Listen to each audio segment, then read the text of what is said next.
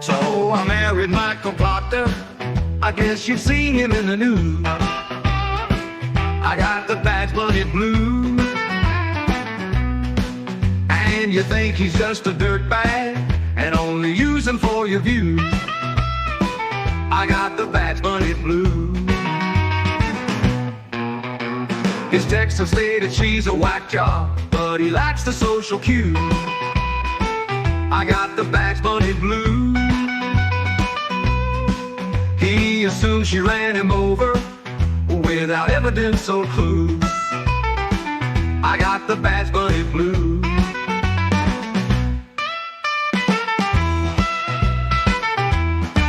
He abused his place of power by searching pictures of a nude. I got the bad-blooded blues. He used disgusting commentary about her having leaky poo. I got the bad-blooded blues.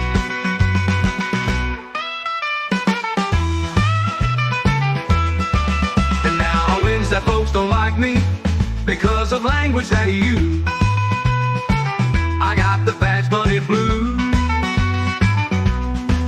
And when he said see you next Tuesday, a statement he cannot recuse, I got the bad-blooded blues. And now I'm coming on a balloon knot that somehow lit a stinky fuse. I got the bad-blooded blues. So if I file for harassment, the case would definitely lose. I got the bad-blooded blues. Hello! Surprise! Did you miss me? You did. I know you did. Don't lie. I missed you. Yes, I'm back. I've had way too much coffee to go to bed. So I thought I might as well just continue on. So here I am.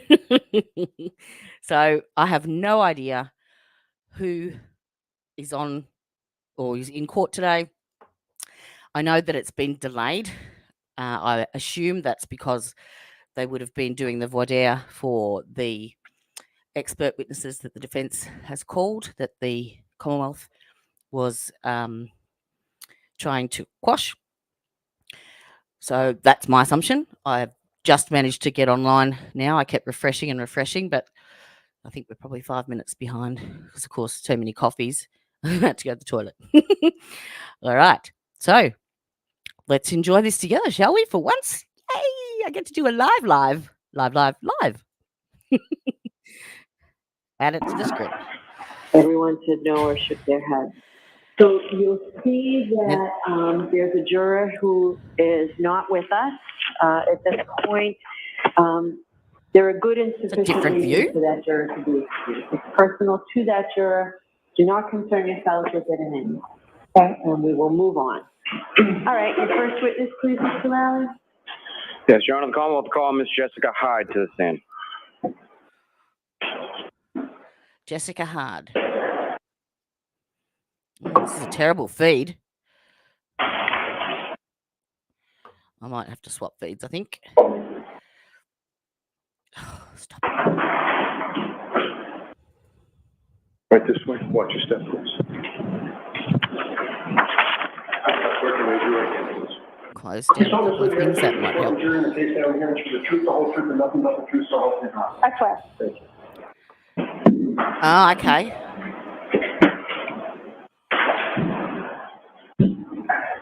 All right, Mr. Lally, whenever you're ready. Ma'am, if you want that microphone is adjustable, you can put it pretty much anywhere you're comfortable with, okay? Thank you. Nostril cam. Morning. Could you please state your name and spell your last name for the jury? Jessica Hyde, Hyde. And what do you do for work, ma'am? I'm a digital forensics examiner. I own a digital forensics firm that does training, services, and research.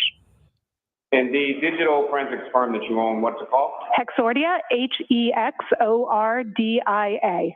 And how long have you had your own firm? 3 years. How many digital forensics do they want to get on? If I could ask you to talk a little bit about your educational background and your work history. Starting with undergraduate, where did you go and what, if any, degree? Yeah. And as far as, you mentioned that you had started working a little bit post-military, but before going to grad school, is that right? Correct. I Mhm. started working to improvise explosive devices. So most of the phones I received was post-blast, and I would recover data from that and analyze that. From there, once I had completed my degree, I went and worked in the regular private sector. I worked for Ernst & Young, now called EY. There I was one of their mobile forensics experts, working a variety of cases, everything from insider threat and insider trading. Then I really missed doing more public service work. So I left to go to the National 1.25 Media until we catch up. Exploitation Center, which is I work there as a contractor under a company called Basis Technology. That organization supports 22 government agencies in the intelligence community, supporting the things that are either the highest priority or the things that other organizations can't support. So we were the center of excellence for the U.S. government in Let me mobile know if it's too exploitation, and I fast. ran that team there. Yeah. And then From there, I can go from there. From there, I went and became the director of forensics for Magnet Forensics, which is a company that develops tools for digital forensics. So there I was in a position where I did a large amount of research into new artifacts, unsupported access to devices, et cetera. I was there for 5 years before starting my own firm. And then what did you, no, I'm sorry, let me start again. As far as what, if any, teaching experience in relation to this? That is an excellent question. I've actually been an Can you hear active me professor okay? at George Mason University since 2016. I've taught 20 terms in their graduate program. I teach the mobile forensic analysis course in their digital forensics master's program. In addition to your work and your teaching and all your training, are there any professional organizations related to your field that you're a member of? Actually, several. I am a member of the Organizational Scientific Area Committee on Digital Evidence, which is a part of NIST, the National Institute of Science Technology. I am a member of the Scientific my Working Group Lord. on Digital Evidence, also called SWIG-DE. And I've been elected LSN president. Question: what, if any, sort of articles or publications have you published? Oh my Lord. Intelligence, and I've published numerous peer-reviewed work. Is when you have a novel piece of research viewed by numerous academic peers. Yes, you're very It goes special. through cycles of All right. revision where they ask more questions. Come on. Physics is the analysis of data from any storage medium that can control data, be that a mobile phone, computer, or cloud, for the intention of that data intentionally being used for court. Excellent. And with reference to your firm, Hex Audio, where is that located? What Thank state? you. We are headquartered in New York State, in Bridgeport, New York, which is outside of Syracuse. We also have an office location in the DC metro area in Tyson's Corner, but I also developed training for mobile Office in relation to this case. Yes, on May 4th, I was contacted by Detective Tully via our website about this case. Right. And eventually, was there a contract that was executed and you agreed to do some work in relation to one specific area of this case? Yes, contract was executed on May 9th and work began on May 10th of 2023. And as far as the specific information in relation to this case, what was it that you looked at? I'm sorry. Let me start by saying, what was it that you were asked? I was asked to look at 2 specific Google search terms that took place on January 29th. And with regard to the information that was provided, and we'll get to that in a moment, but with respect to the question that was asked, was it a question that was posed, or were you asked to find some sort of specific response? I was asked to look at the timelines and timestamps related to those Google searches. Now, with regard to what, if anything, was then provided to you, or what, if anything, did you review in the course of your analysis? I received 2 reports. I received the affidavit from Richard Green, and I received the report from Trooper, I don't want to butcher his name, but something along the lines of Nicholas Garino. Perfect. Oh, good. And is it your understanding that Mr. Green was a U-27 that was retained by the defense in this case? Yes, I was aware of that. So you essentially received reports from the state police and a witness for the defense, correct? That is correct. In addition to those 2 reports, what, if anything else, did you receive in relation to your analysis? It's bizarre seeing it from this angle. It's really weird. On May 10th, I received via U.S. Postal Mail a copy of the drive with data from a phone that was identified to me as belonging to Jennifer McCabe. It was a full file system extraction from a gray key. And so when you received that information, what, if anything, did you do with it? The first thing I did with that data set after having it been retained was I made a forensic copy. I used an ArcPoint Atrio to copy the data from that original disk, which was then placed in our safe, to our working copy drive. And that ArcPoint Atrio, what is that? It's a forensics tool that does extraction and duplication. And then once that process was completed, what did you do? I immediately verified the hash values of my new image to make sure that it matched the hash value of the original image. And what is the hash value? Hash value is an algorithmic numerical representation of the data.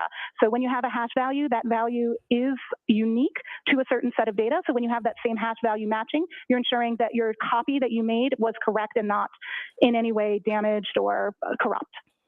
And as far as matching those hash values, were you able to do so? Yes, the hash values of both the copy I made to work from and the original match. I thought it might have been the voir dire that they were going to do for the expert witnesses that the defence is calling. That was my They also matched impression. the document that came along with the drive stating the original hash value. And then what did you do from there? From there, I processed the I'd image like to see in that several footage. forensics tools. I used Celebrite Physical Analyzer. I used Magnet Axiom.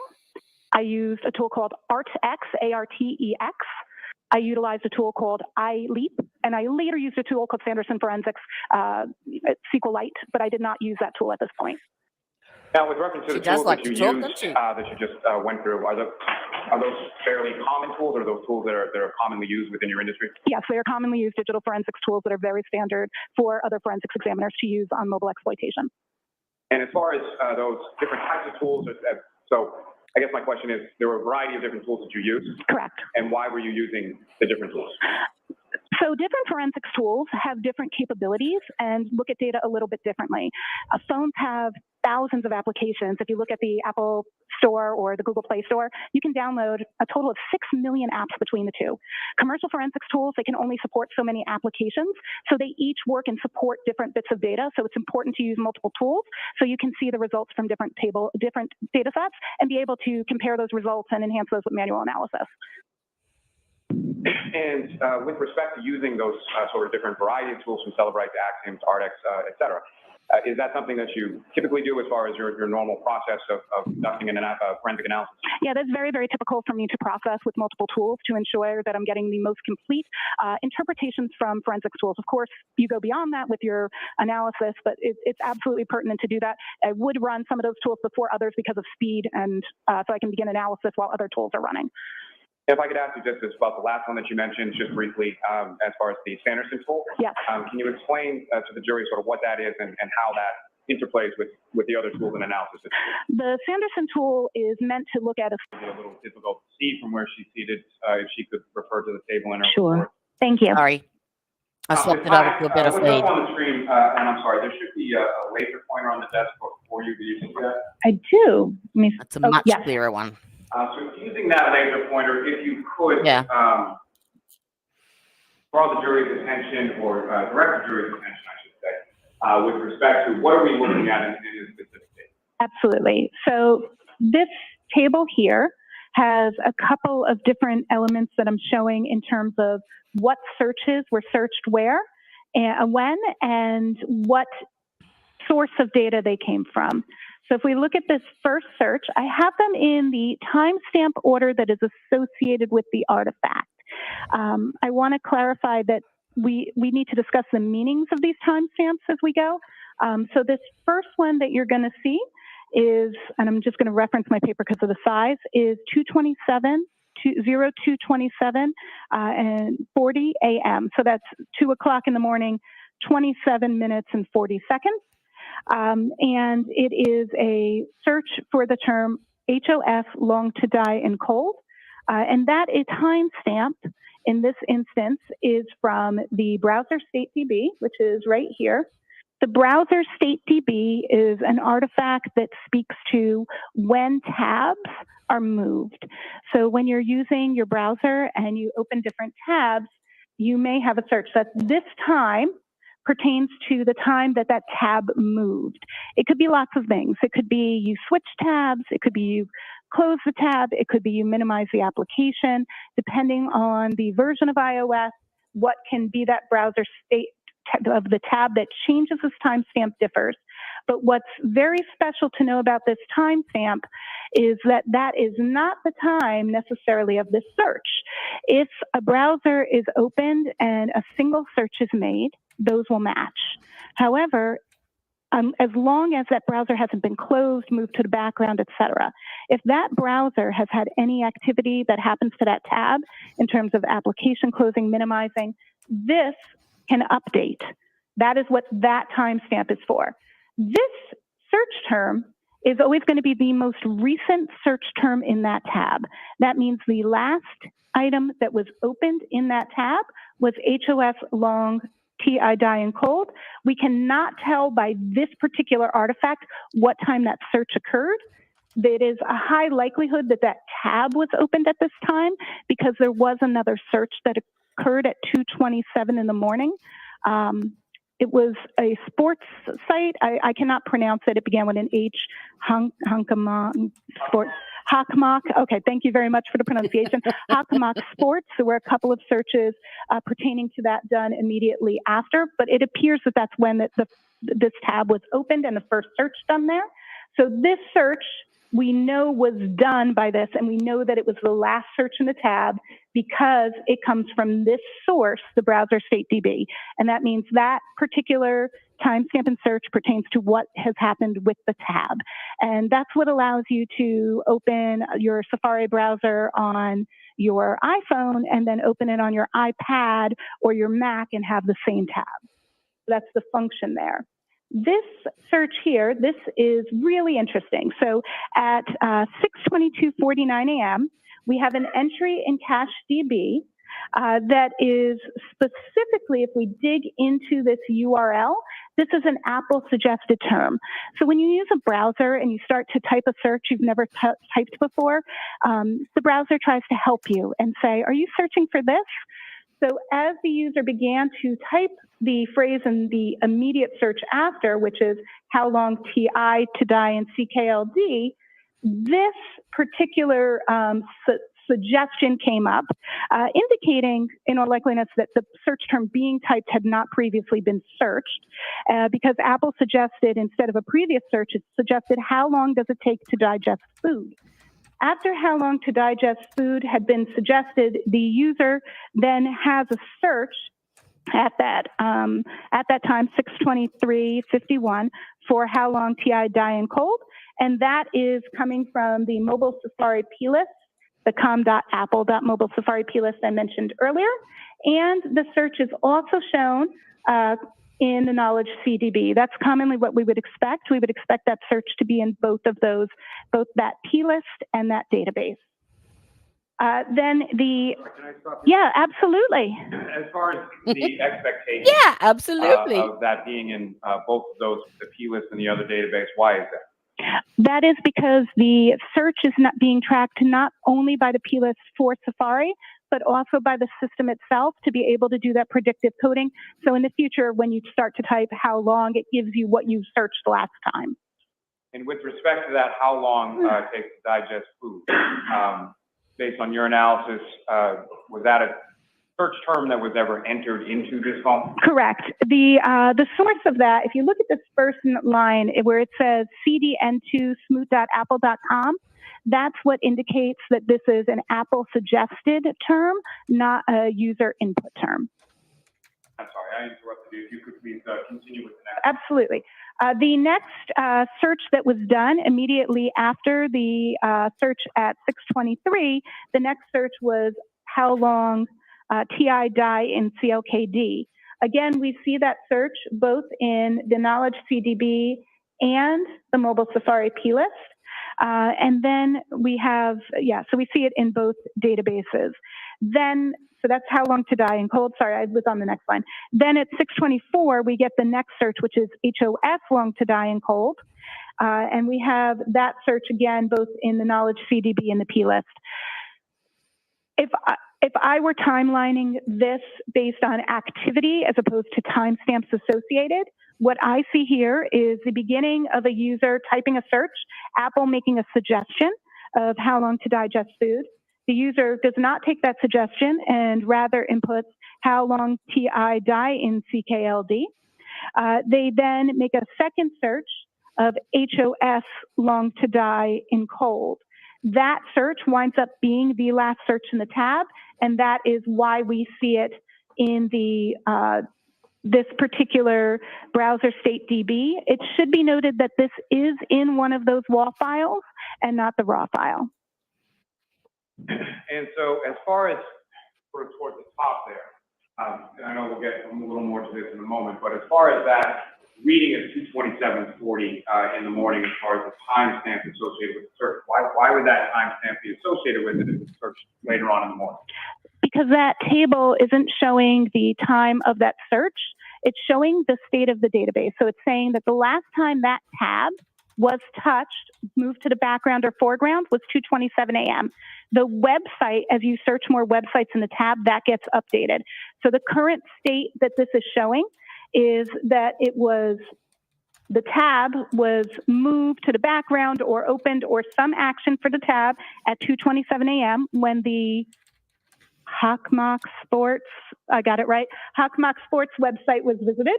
And then once the Hawkmock Sports website was visited, that tab was in continual use. There are other searches and activity that happens. We don't see, that happens eventually. This search gets made at 6:23 a.m., this search at 6:24 a.m. That winds up being the last search in the tab. And because it's the last search in the tab, that's what the final update is and the final status. So when you say last search in the tab in reference to time, in reference to what time specifically? I'm sorry, I don't understand the question. Bad question. Let me rephrase. Not many people do. So as far as the 2:27 tab is closed and then another search done at 6:23, is that correct? 2:27 isn't necessarily when the tab was closed. That's in my report. I say that it's undetermined because there's a lot of things that can cause that timestamp to be there, including tab being moved, tab being minimized. I don't know exactly what caused the tab to get that particular entry, but it is not, that timestamp is not indicative of the time of the search or any URL that's visited there. That time is indicative of movement of the tab, and the search is the most recent search. So they update at different times. So I guess my question is, as far as from what your analysis is here, is there any use of that tab between, or is there any evidence or artifact of use of that tab between the 2:27 timestamp and the 6:23 timestamp? So the fact that that timestamp exists at 2:27, combined with the fact that the only existence of this search is at 6:24, means that yes, that particular tab was used after 2:27 when the Hawkmock Sports was searched. I apologize for not being familiar with that name. That's absolutely fine. Now, if I could ask you at this point, as you had talked about one in particular database having sort of an intricate artifact. Mm-hmm. If you could remind the jury of what that is, and if you could explain that at this point. So the artifact that needed a little bit more explanation and digging was this browser state tab. And that's because if you look at the end of the file name, you'll see it's a db-wall. That means it wasn't in the regular database. It was in the write-ahead log. And to Celebrate's credit, that tool actually parsed the write-ahead log and displayed it where the other tools did not. If you remember before, we talked about write-ahead logs, and we talked about the fact that they can contain data that is both removed from a database and data that's not yet to be committed. And this database, we do not know which that is, but what I did was I manually went through, and that's in the figure, I manually went through and reconstructed the WAL files using the Sanderson SQLite tool. And in reconstructing the WAL files, I found many. I'll tell you exactly how many if I can refer to my notes. Can I refer to my notes? 1, 2, 3, 4, 5. Approximately 16 instances of that existing in the WAL file. Now, what's interesting in that figure is that each entry of something in a write-ahead log gets a unique identifier. So it gets a number, right, that makes it unique. Just like each one of us has a phone number that's unique to us, each entry in the database that starts in the write-ahead log gets its own unique identifier. And that unique identifier in this instance in all 16 entries in the wall file is the same, which shows that it's truly only one search, not multiple searches for that search term in terms of what exists in the wall file. So that's the first piece of nuance there, that it only truly was searched one. And you would have to really dig into that wall file to expose that, but I think it was pertinent to know how many times this was searched. I'm sorry. Yes, please. Stop you there for one moment. And Your Honor, with the court's permission, if I could ask Ms. Gilman to publish Table 2 now. Okay. Oh, wonderful. May I look at Table 2? Sure. Thank you, Your Honor. And Ms. Hyde, do you recognize what's up on the screen? I do. That is Table 2 of my report on page 4. And if you could, again, using the laser pointer that you have before you, direct the jury's attention to what, if anything, is significant to depicted in Table 2 up on the screen. So Table 2 here is designed to share with us what each of the locations that can potentially have Safari data, what kind of data they hold. And one of the things that many of us are interested in sometimes is, do these things hold our private searches, like if we're in incognito mode in Google or private searching here. So this table denotes if we're seeing private or non-private searches, if it includes tabs that are open or closed, so that we know which artifacts are giving us what kind of information, as well as what some of the associated timestamps mean. So this was designed as a guide to really understand Table 1 more in depth. So this first one here, this refers to the History DB wall file. And that file has non-private searches. It includes closed tabs. And the visit time there is the time that a user reopened the tab. We don't always have the artifacts we want. And in this instance, we did not have that particular one. Then we have the Safari Tabs DB. This has private tabs and non-private tabs, and it shows only tabs that have not been closed. So this is an active tabs database. The next one we have is the Browser State DB and its wall file. And this is the one we were referencing where that we keep talking about, where that 2:27 a.m. number is coming from. So this one is going to be non-private searches. It includes closed tabs, which is important, and the last view time. So when an item went to the background. So it's about the tab, not about the search. Okay? That's probably the most important demarcation. And one of the issues here is when the tools parse the data, they call the columns what the columns are called raw in the data. Those don't necessarily tell us what they mean. We have to verify and validate what they actually mean. So when I'm saying last underscore view time, that's what the database name is, not necessarily the actual function, or not what we would presume it to mean. The next one, the last one here, is the mobile Safari plist. And this one actually tells us, the date here gives us the time that something was queried reliably. Now, if I could ask you, if you could just explain to the jury as far as these SQ or SQLite databases, how exactly do they work, and what, if any, relation do they have with regard to data and information with the write-ahead log or the wall file? So SQLite databases work and function as a storage for anything that the phone may need to reference later or that you're doing. They're stored for a variety of things. Most of your third-party apps use SQLite databases, and multiple applications do. So SQLite gets information in, and it allows for that information to be updated, added to, or removed from. So data that's in that situation, that it's sitting in the database, that is what we refer to as live data.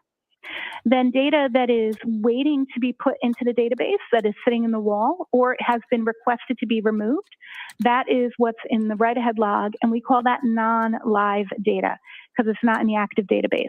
So when you're using an application, and it's putting that data to that temporary storage area, that wall, that write-ahead log, what happens is then when you request data by going into your contacts, let's say, and looking at the people who are stored in your contacts, right? Your mom, your dad, your brother, your sister, all those people. When you're looking, your best friend, you're looking up their numbers, that data is all stored in that database.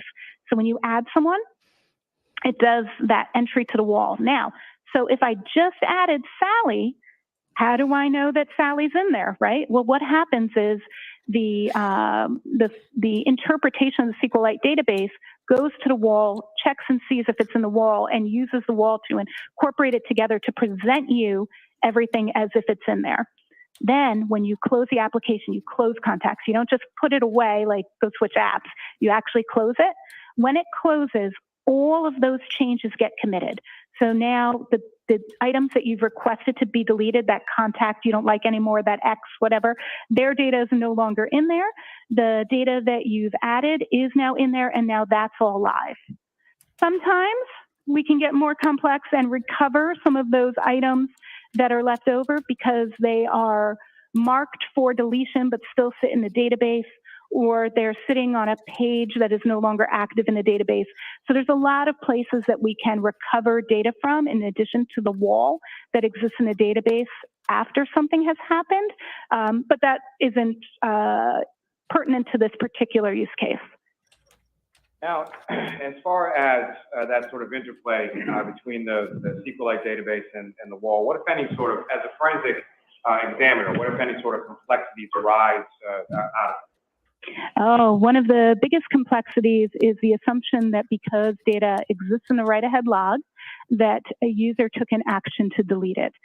When I teach at the university, when I peer review my colleagues' reports, this is one of the most common mistakes I see.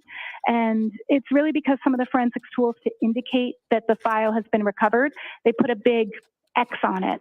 And that was actually a big subject of that standardization of file recovery paper I referenced earlier.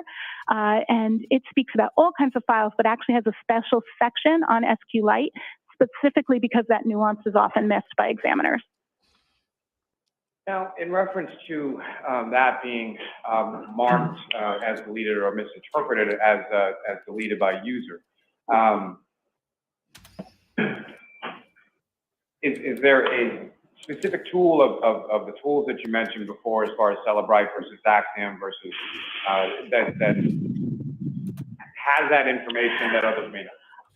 So Cellebrite and Magnet Axiom, both Cellebrite Physical Analyzer and Magnet Axiom, both have file system viewers that then have SQLite database viewers. I would say that those SQLite database viewers have more of a basic function in terms of looking at data in the live database. They don't allow for deep analysis of the write-ahead logs, which is why in my analysis I use the specialized Sanderson forensic browser for SQLite. And so when you see something like that in a Cellebrite extraction, is there, what, if any, further analysis do you do to sort of look behind it? Absolutely. Anytime I see an entry marked as recovered, and I'll use the term recovered instead of deleted, by Cellebrite, and the source is a write-ahead log, I would go and begin reconstruction of the write-ahead logs using Sanderson's forensics tool to get to the meat of, is this something that it has been deleted, or is this something that has yet to be written to the database? You can often see remnants of that based on how many unique entries there are of it. And what the other thing we do is, so I mentioned that when we have the wall file, it hasn't been applied. So if I take the SQLite database and the wall file out, and I make another copy of them. So I've got one copy I'm looking at Sanderson, and I take another copy and I actually open it. What's cool is it does the commit. And I take another copy and so then I have a copy of the database about it. that actually has all those changes. So I now know if the entry was deleted by just comparing the two. So I can do that analysis by basically making the database think it was reopened, by reopening it with a non-forensic tool in that instance, just to see what it would look like in real life. And then I can look at the difference between the two and determine if something was marked for deletion or addition.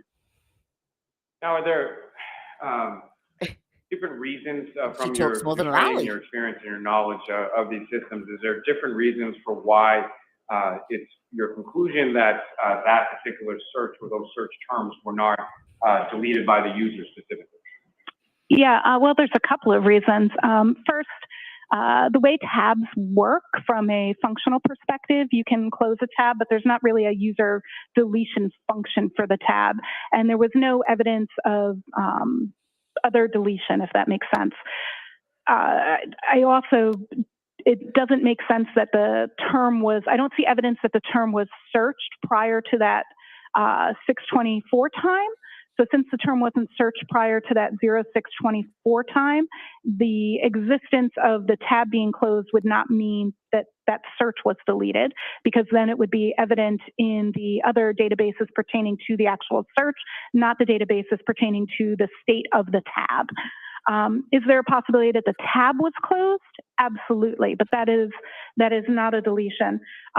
Secondly, an existence in the WAL file, as we mentioned, could be that it's something new, not something that was deleted. So just its mere existence in the WAL file doesn't mean it's deleted. I should say that that same X in the tools, you have to check the file, because it could be from a free list or a free page, in which case, I know we didn't go into those details, nuance of SQLite databases that actually doesn't pertain to this. However, those would be truly deleted items. So there's other places where we would expect potential recovery, not necessary in this instance. And you can have something that's in a WAL file and deleted without being in those other locations. Just stating that its existence in the WAL file itself doesn't mean deletion, but there are other SQLite things that would clearly indicate deletion that aren't applicable to this particular search. Now, Your Honor, with the court's permission, if I could ask Ms. Gilman to publish figure 1 from Ms. Hyde's report. Ma'am, thank you, Your Honor.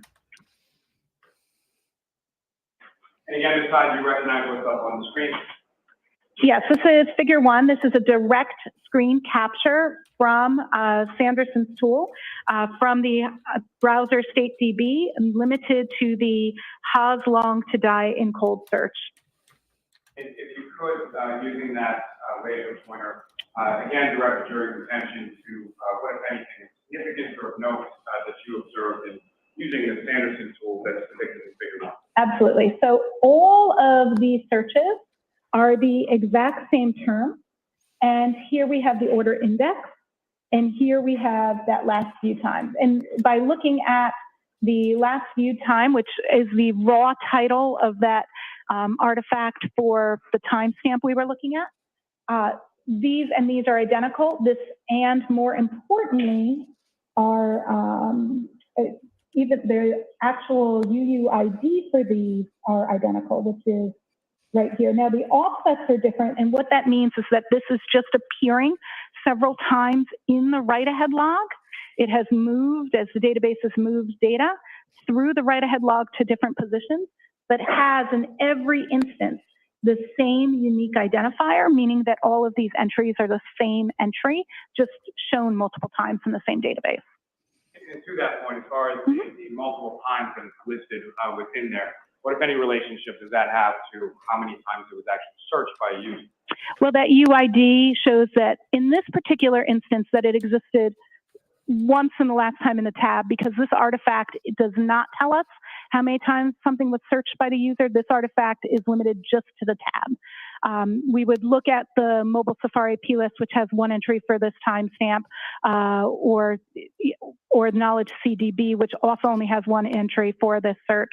Those two locations are where we would determine how many times it had been searched, as opposed to this location, which could tell us that if there were multiple entries, but there is only one. But since this is limited to just the last search that's showing in a tab, it isn't a good source to say how many times was it searched, just not this particular artifact. But from other artifacts, you were able to determine that? Absolutely. You can determine that from both mobile Safari plist and knowledge CDB. And I'm sorry, I jumped in there just as far as Turn your attention back to figure one. What, if anything, else of significance do you know in that? What, if That's anything, really else what's of significance is that it is the same entry there multiple times, and we can tell by the unique identifier that it is the exact same entry also. And it's, although it's the same search term and the same timestamp, it's only one instance of it, just it's stored in the database multiple times at multiple offsets. Now, from the timestamp associated with that depicted in this figure, what, if anything, can you say as to the, or what, if anything, were you able to conclude from your analysis as to the time that the website was viewed? Well, I guess I should really Finally, clearly, for people who may not be familiar, that doesn't look like a normal time, right? That's because this is an Apple WebKit timestamp, so we actually convert it to a regular time. But when you look at this number raw, you can actually see that it's consistent throughout. This lady gets way too excited for this shit.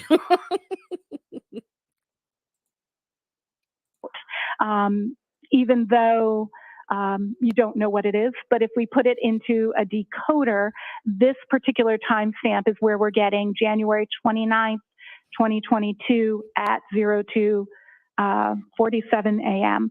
And to be clear, just for real clarity, when we actually translate this timestamp, it's in universal time constant, not in local time, but for the sake of conversationalists, I'm using the local time here as opposed to the time in the universal time constant, which is how this artifact is particularly stored. Now, with your analysis, I keep thinking this. I keep thinking he's saying urinalysis, like as in and analyzing your urine, because the dipstick you put into the pot when you're checking your urine is called a urinalysis. I think it's just the way he says it. Can you explain to the jury sort of what that is and how it relates to your analysis? Absolutely. So with this artifact and being able to determine what this timestamp really means, I actually did quite a bit of testing, which is fun, but that's okay. Oh, so Lord. we went ahead and took a jailbroken iPhone, and the purpose of a phone being jailbroken is we're bypassing the security protocol so we can monitor the data and its storage in real time and bring the data through. We did this manually in terms of pulling the data out, and we also did multiple forensic images at different stages. We manipulated tabs, we did some Google searches, and then we would close tabs, move tabs, and perform several different searches that we scripted out first, what we were testing, and then checked to see how that timestamp was moving. We even did some really interesting things where we tried. Yes. Okay. Oh, a sidebar. I still can't get used to this angle of the courtroom. It's bizarre. Absolutely bizarre. Let's see what Turtle Boy's doing. Because normally I do the recaps and I can't fast forward the break. So let's see what everyone else is doing, shall we? Oh, let's see what the glare is up to. Oh, he's still watching. He's a bit behind. He's funny as. Absolutely hysterical. Get on over to the glare if you like. And like and subscribe to his channel. He's really funny.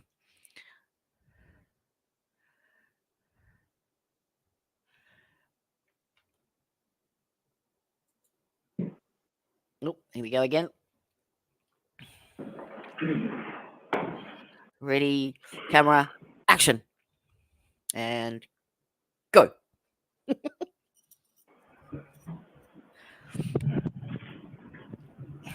Inside, I'm sorry. So you had, I think when you were talking about some of the testing that you had conducted, you used the term we.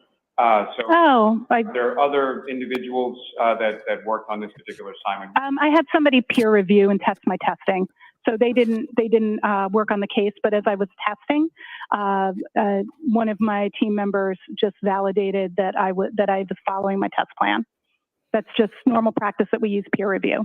So the testing that you were testifying about is testing that you... I conducted, correct. But I had peer review by my team member on the the script I had made to do my testing. So, and I use when I do testing, I'm following the NIST guidelines for data set generation and testing that's outlined by OSAC, which ironically, I should Sarah and disclose I'm Lali would make a good co-author on. couple. And then, if you could, I'm sorry, Ms. Hyde, just continue as far as your test. Absolutely. Turning your test.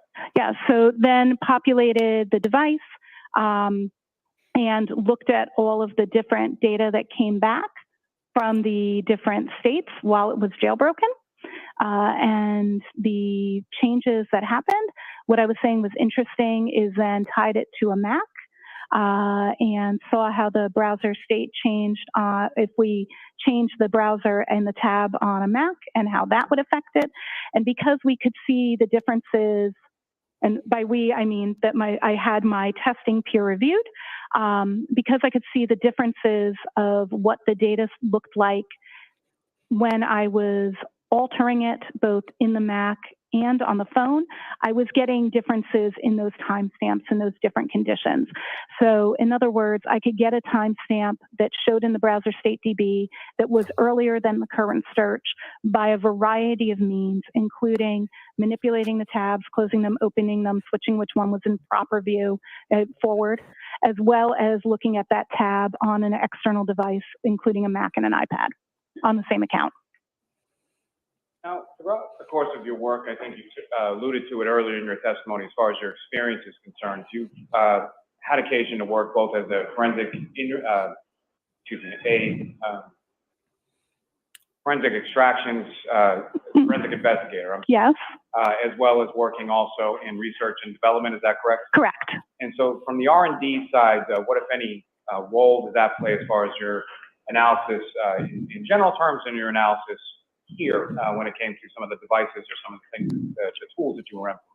I believe that my experience in research, development, and reverse engineering throughout my career pertaining to artifacts, of course, influences and my analysis processes in terms of wanting to ensure I understand how things work.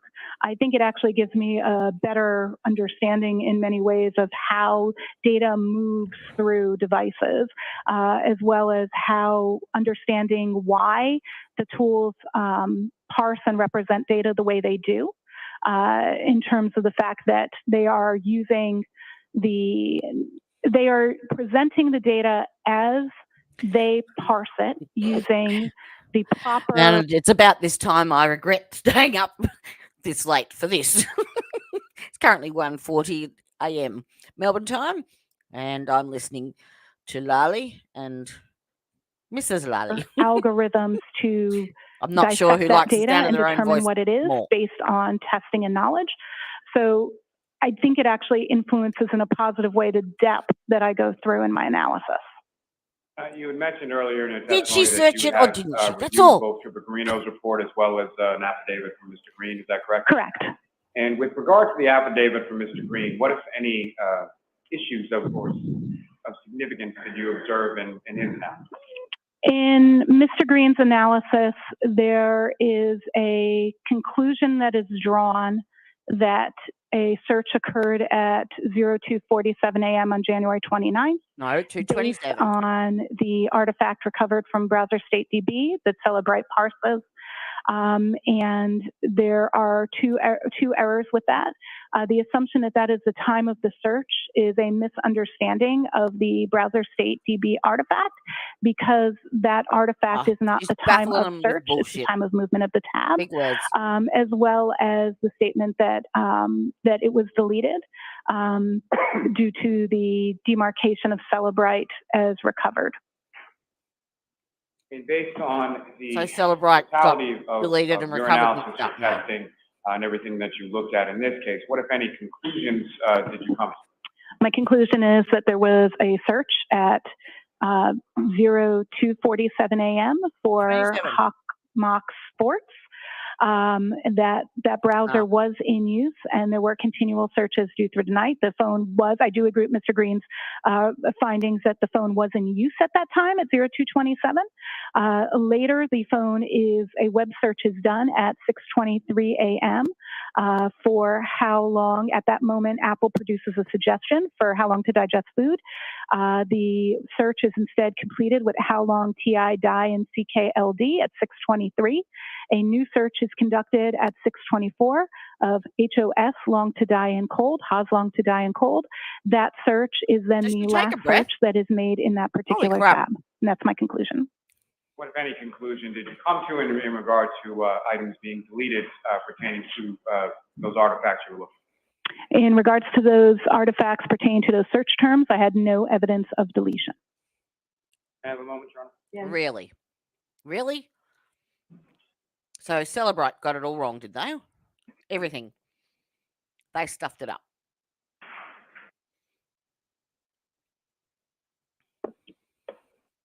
That's convenient.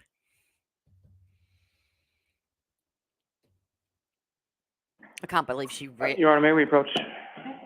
She just verbally diarrheaed that without taking a breath and didn't have it written down in front of her and scripted.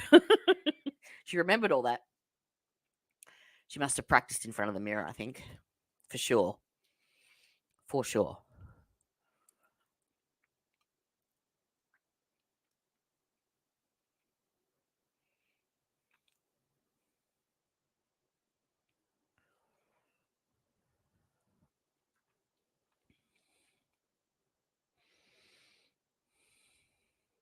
I'm not sure I like this camera angle. It's almost like nostril cam. It's not a very good, not a flattering angle. That's for sure.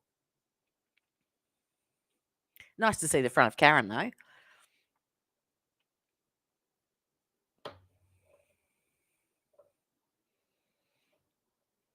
Hello. What are you doing? Oh. Where'd you go?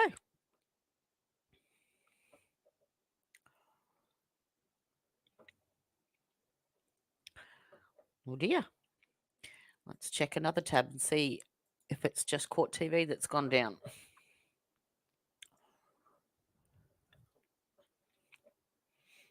All right, for the court, please. Yeah.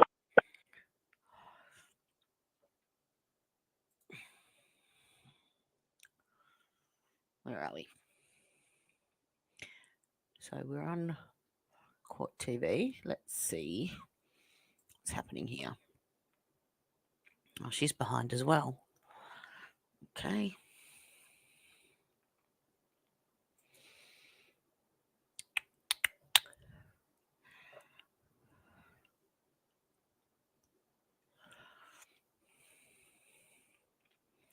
War and crime. Oh, Boston 25. Let's see if they're down as well. All right. It's not just Court TV.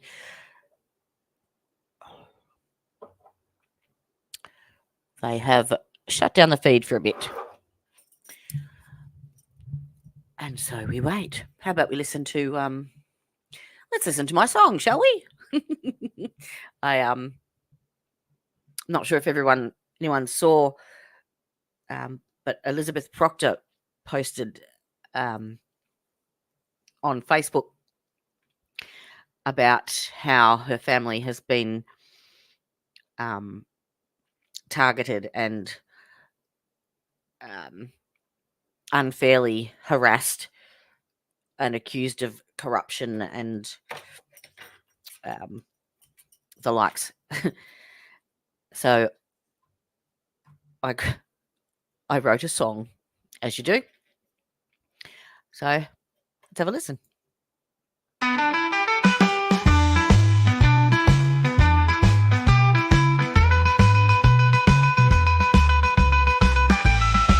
Oh, hang on. So I married Michael Proctor. I guess you've seen him in the news. I got the bad-blooded blues. And you think he's just a dirtbag and only use him for your views. I got the Bad Bunny blues. His Texas lady, she's a whack job, but he lacks the social cues. I got the Bad Bunny blues. He assumed she ran him over without evidence or clues. I got the Bad Bunny blues.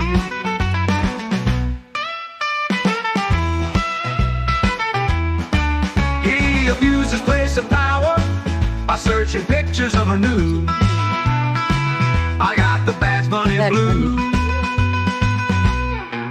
He used disgusting commentary about her having leaky poo. I got the Bad Bunny blues.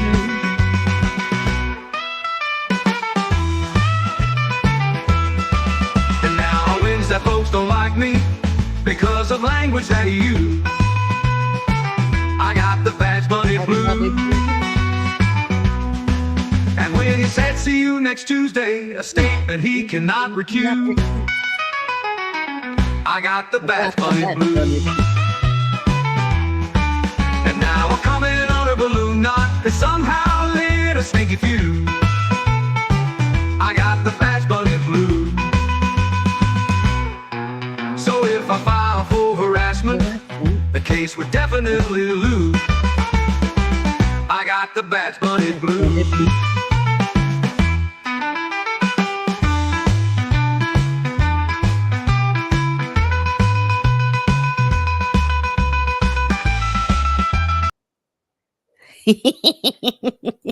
How's that? Oh no, we're still off. Oh dear. Hang on. Let's change that up. There we go. Then we can see. Sweet. All right. Let's have a look. Oh, has everyone seen the I've put a link in chat. If anyone wants a copy of that song, you're more than welcome to use it. If you do have a YouTube channel, though, it would be absolutely awesome if you could give me a shout out when and if you do use it. That'd be great. Thank you. And I also did one for Karen Reid as well. So how about we play that while we're waiting? And I've left a link in chat for that too.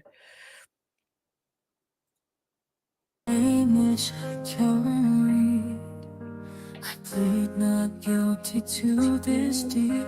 We were just drinking at the bar.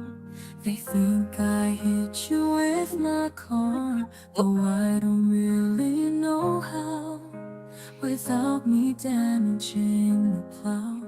So we found you in the snow. How you got there, I don't know. Brian Albert's is the place where we found your broken face. All the witnesses that tried claim their phones can all but dial. The McCabe say they're your friend, but the truth they surely bend. They will pull out all the stops, protecting all the crooked cops. And those cringy texts I sent to the agent that was banned were removed in single threads by machines owned by the feds. So Detective Brian's dreams were not disturbed by my shrill screams. Carrie Roberts testified, didn't fake it when she cried. Unlike Jen, who likes to mock a state of horror and of shock. It was February 22 when I last set eyes on you. Death is such a nasty thief of your life, Johnny O'Keefe. How's that?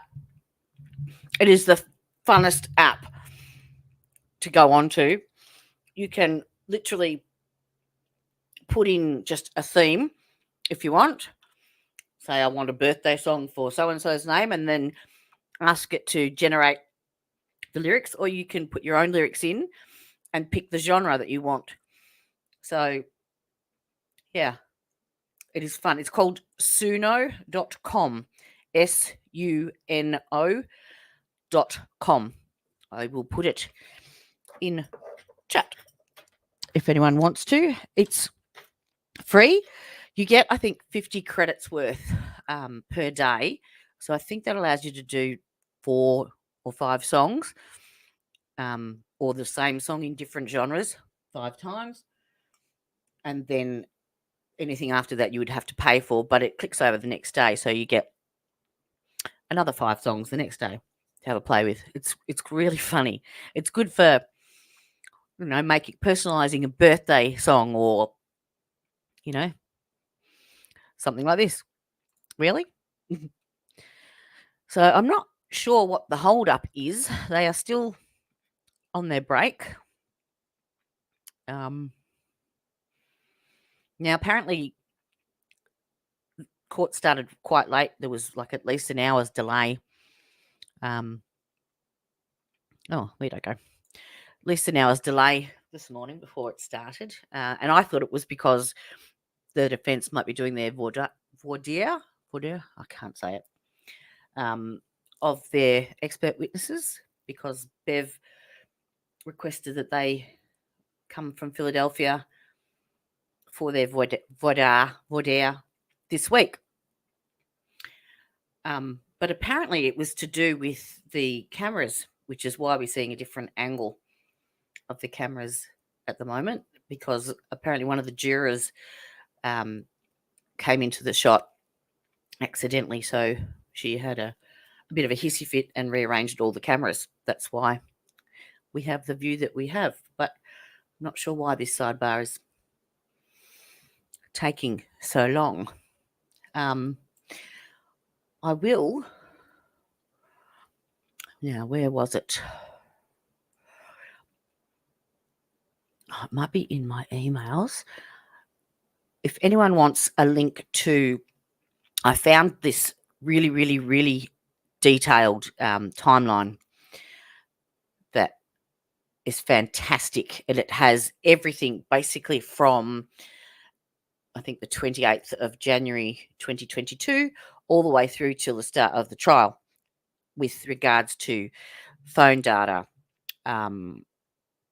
timeline,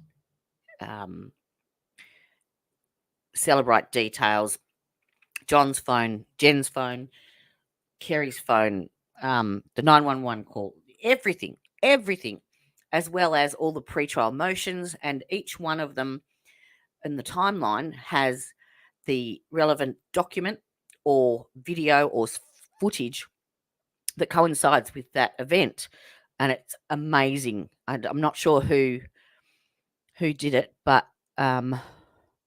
it is really, really, really good. So let me see if I can find it, and I will copy and paste it into chat, because it gives you a really good idea.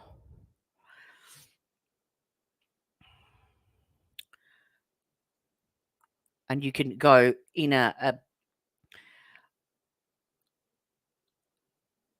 you can go in chronological order and follow it through with every document and everything. Where is it? No, it's not that one. I know I sent it yesterday.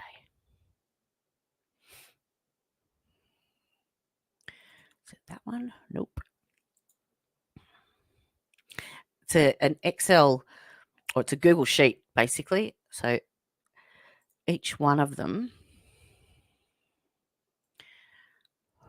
Right.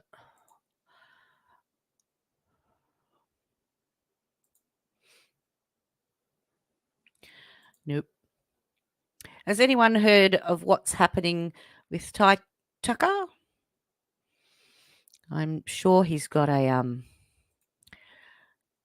motions hearing coming up on the 17th, which is Monday. Oh, I hate it when I can't find this.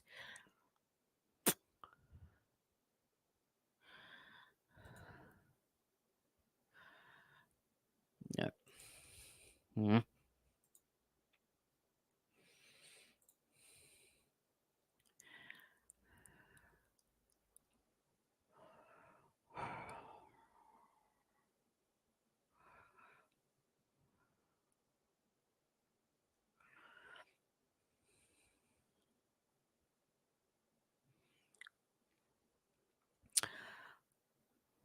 And did anyone watch the Bachelor trial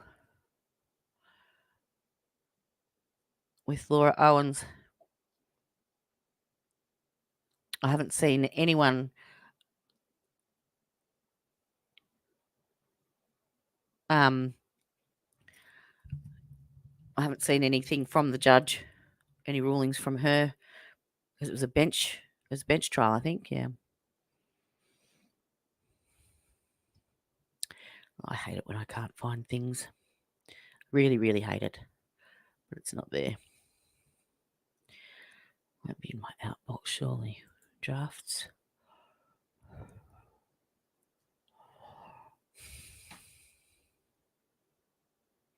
Nope. Still nothing in court.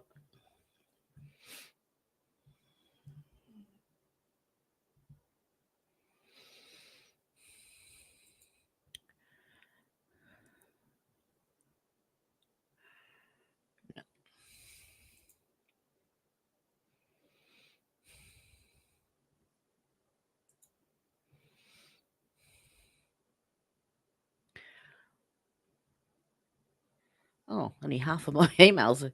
Oh, my Lord.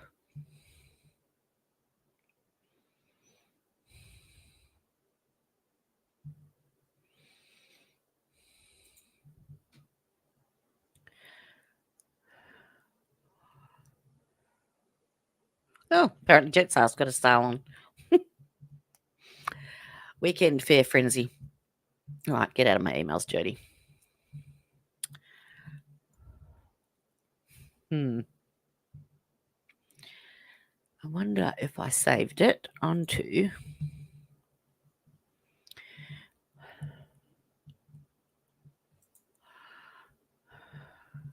Oh, let's watch this. Yeah. Oops. Yeah. This is the finale, my favourite part of yesterday's proceedings, where Jackson. Did you believe that Karen Reed was a problem or an issue for your investigation? Objection. I'll allow it. No, absolutely not. In your words, quote, all the powers that be want answers ASAP. That's what you texted on January 29th, right? Yes. That put a lot of pressure on you, didn't it, Trooper Proctor? There's a lot of pressure. This is the end of Proctor's cross-examination by Alan Jackson. This is the epitome of precision and grace, and he is worth every cent, this man. Sure, in every case, sir. This case involves a Boston adult cop language warning too. whose family you are actually connected to, correct? Loosely. Chris Albert. Loosely. Loosely. Yes. Julie Albert. Loosely. Loosely. Yes. Colin Albert. Loosely. Loosely. Yes. Kevin Albert. Loosely. Loosely. Yes. Loose enough to leave his badge and his gun in your cruiser when after a night of drinking, right? Objection. Sustained. You agreed in your group chat that you needed to, quote, make this cut and dry because another cop was involved. Those are your words, right? Objection. Where is this?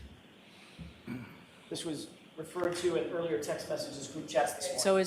So is that right? Did you say that, sir? I did text that. I don't know if it's in the exact context. But yes, those were my words. We're just going over the finale of yesterday's cross-examination of Jackson and Proctor. Enjoy. Chat. Yes, that was in the group chat. Your friends wrote this whole thing, in their words, stinks, correct? Yes, I interpret that as a joke. You believed, Trooper Proctor, that your life would be much easier if Karen Reed was just dead, didn't you? Objection. I'll allow it.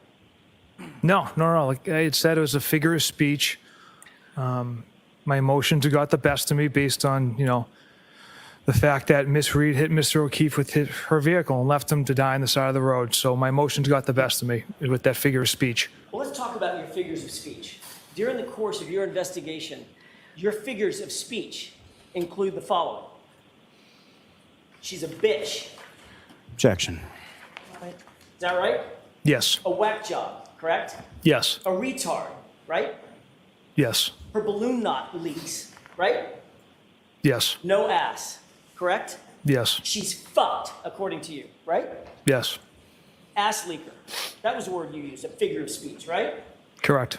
A girl who shits herself, right? Correct. And then fuck her, correct? Correct. Would you agree, Trooper Proctor, that you have dehumanized Karen Reed during the course of your investigation with comments and words like this? Objection. I'll give you this one, I'll Mr. allow it. Jackson. Would you agree with that? Good on you, Beth. I would say based off that language, Yes. Yes. Say it. Say it. yes. Say it. And you admitted, in your own words, that the cop homeowner wasn't going to, quote, catch any shit, right? Correct. Because you were out to quote, make this cut and dry. Isn't that right? The homeowner wasn't going to catch any There's still nothing from court. I'm watching it. So we're just going over yesterday's testimony from cross-examination. shit because Mr. Elba had nothing to do with Mr. O'Keefe's death. Because you were going to make sure that the case was cut and dry. Those were your words, right? Objection. Sustained. And Trooper Proctor, it would be far easier for you to pin it on the girl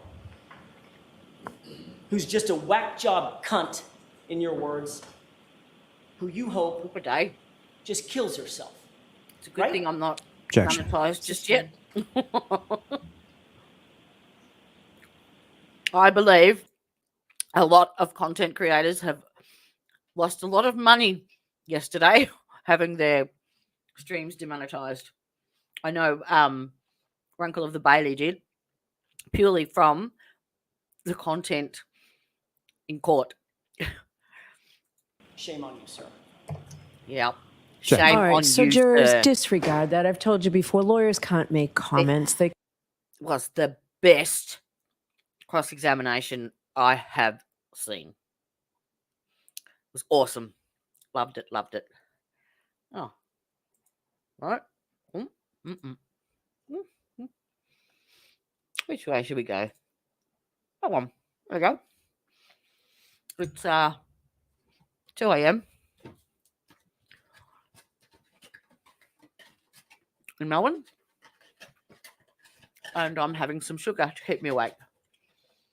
So, wherever you are, these, oh my God, are delicious. Loaded cookies called Snickerdoodles. Can you see that? They come in a 2-pack. Loaded cookies with a biscuit butter filling. And you can eat them as they are, or you can put them in the microwave for 20 seconds and the inside butter biscuit becomes all gooey and it's delicious. But don't buy them because you regret it. You won't be able to not buy them again. Just saying, they are so good. And I'm sorry, you'll hate me for it when you try them because you'll just go, oh my God. Any sponsorship, Cookie Man? I'll gladly accept. And still, no good. What the hell's going on? So one day, I decide I'm going to fill myself with coffee and stay up late and actually do a live stream. Half of the time, there's been no God. Let's refresh it again. Nope. Who should we watch? Should we watch someone?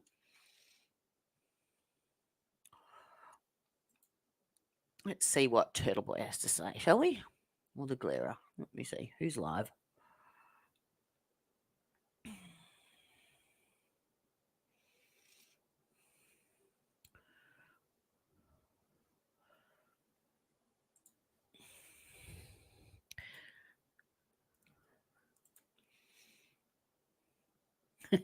He's watching the same thing as us. Okay. Share this instead. And presenting their case. Now, I get it Will? if they do that on cross when the defense is presenting their case. That makes sense. But to call this expert witness, to go out of your way to get this expert witness and call this expert witness to be part of your prosecution of Karen Reed, when it proves absolutely nothing, it does nothing for the conviction of Karen Reed, is very, very telling.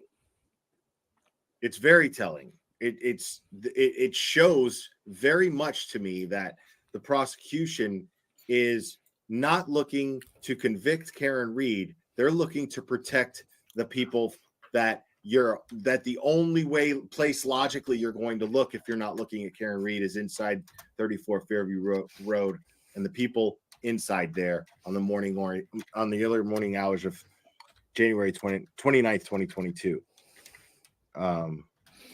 Brandy says, Glare sucks. Wendy Murphy is the smartest, most reasonable person to listen to. I love Brandy. He is. He is very, very reasonable. It is not back on. Stop it. I am logged on directly to the feed. Yep, me too. Directly to the Zoom feed. So I'm watching him watching the Zoom feed. It's not behind. But we'll find out. Ahead. It's live. Mm-hmm. And there we go. Oh, is it back on? Thank you, Free Karen Reed. Ever meet someone that gossips until they find someone that agrees with them and they don't feel good until they have at least one cheerleader? Prosecution is the same. Pretty much. All right, Brandy. You're awesome. Have a great stream. Brandy Churchwell is awesome. Make sure to subscribe to Brandy Churchwell, y'all. Juror. She's great. I agree. She's absolutely fantastic. Mm-hmm. Let me give her a hand here.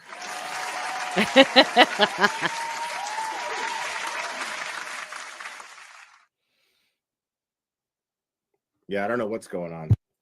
They were back, now they're not back. I don't know. We'll pause the glare. I clipped him the other day. Yeah, eat it, fucker. Eat that shit. Eat that turd.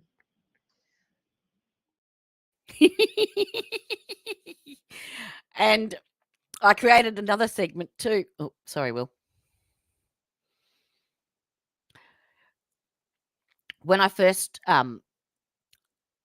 saw Will, I thought he was a little bit, I thought he was going to be a little bit rough, but he's the complete opposite.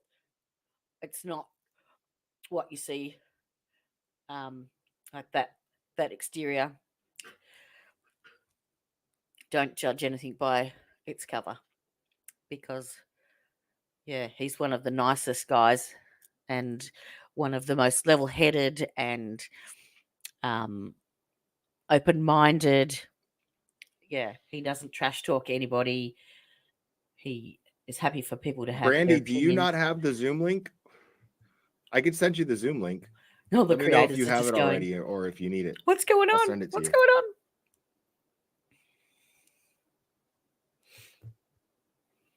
It's the Boston 25 news link. Still down. Come on, Will, say something funny. Well, we can play shits and gigs if you want to. This is a new thing I've just. Well, she said she was streaming me, so which is fine. So Brandy's streaming him as well. Do that, but if you don't want like my commentary and memes and sound bites and all that shit, which I understand. Let me know if you need the link and I'll send it to you. So yeah, I created shits and gigs where I thought, okay, people in chat can. Oh shit! Really? Okay, I have Boston 10 pulled up. Yeah, so do I. But I don't have anything from Ted Daniel posted just yet. So I don't know if that's going to happen. Well, Brandy, I got to tell you, it would have been great if you didn't have a wrench. That kind of gave you away. that kind She's of a gave mod. you away. Just saying. Yeah, so shits and gigs, something you get to tell me something that gives you the shits or annoyed you today, but you need to follow it up with something that made you laugh or gave you a giggle. So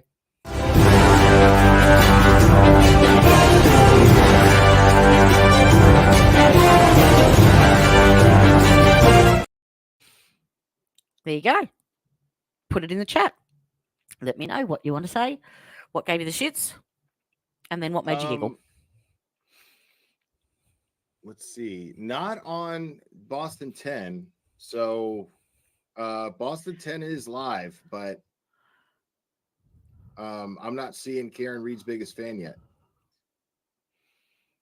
That's sarcasm, by the way.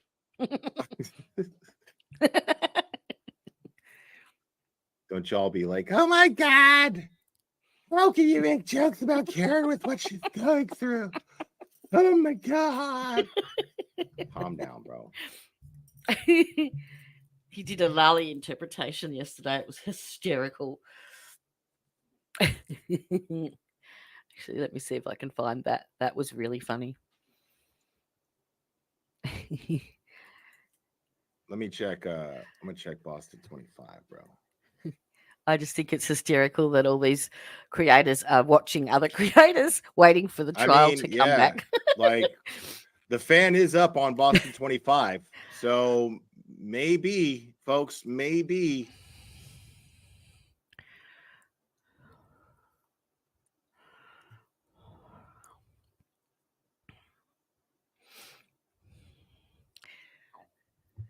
Yeah, I see the fan on Boston 25.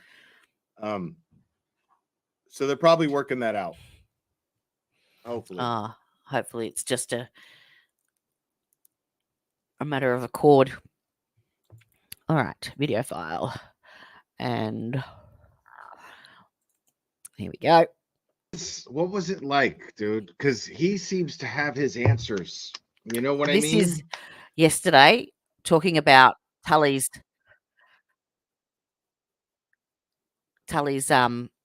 testimony. Like they're just were they prepping? You know, Lally prepped the fuck out of him though. But you know, like when I picture it, I picture like Lolly all so Brian, do you want to go over some of these lines? And I see Tully just like, no, there's no rush. Come here. Come here and have a seat. Relax. Yeah, sit here. Yeah, right here. Sit right here. Here you go.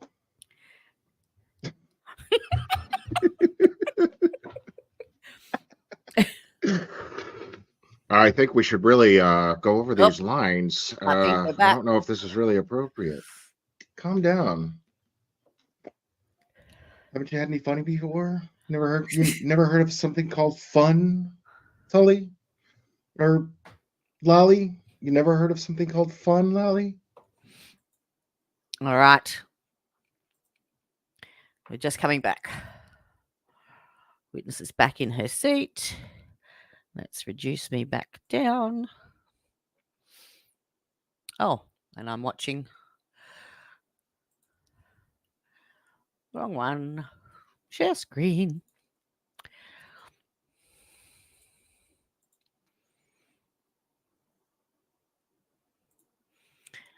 Okay.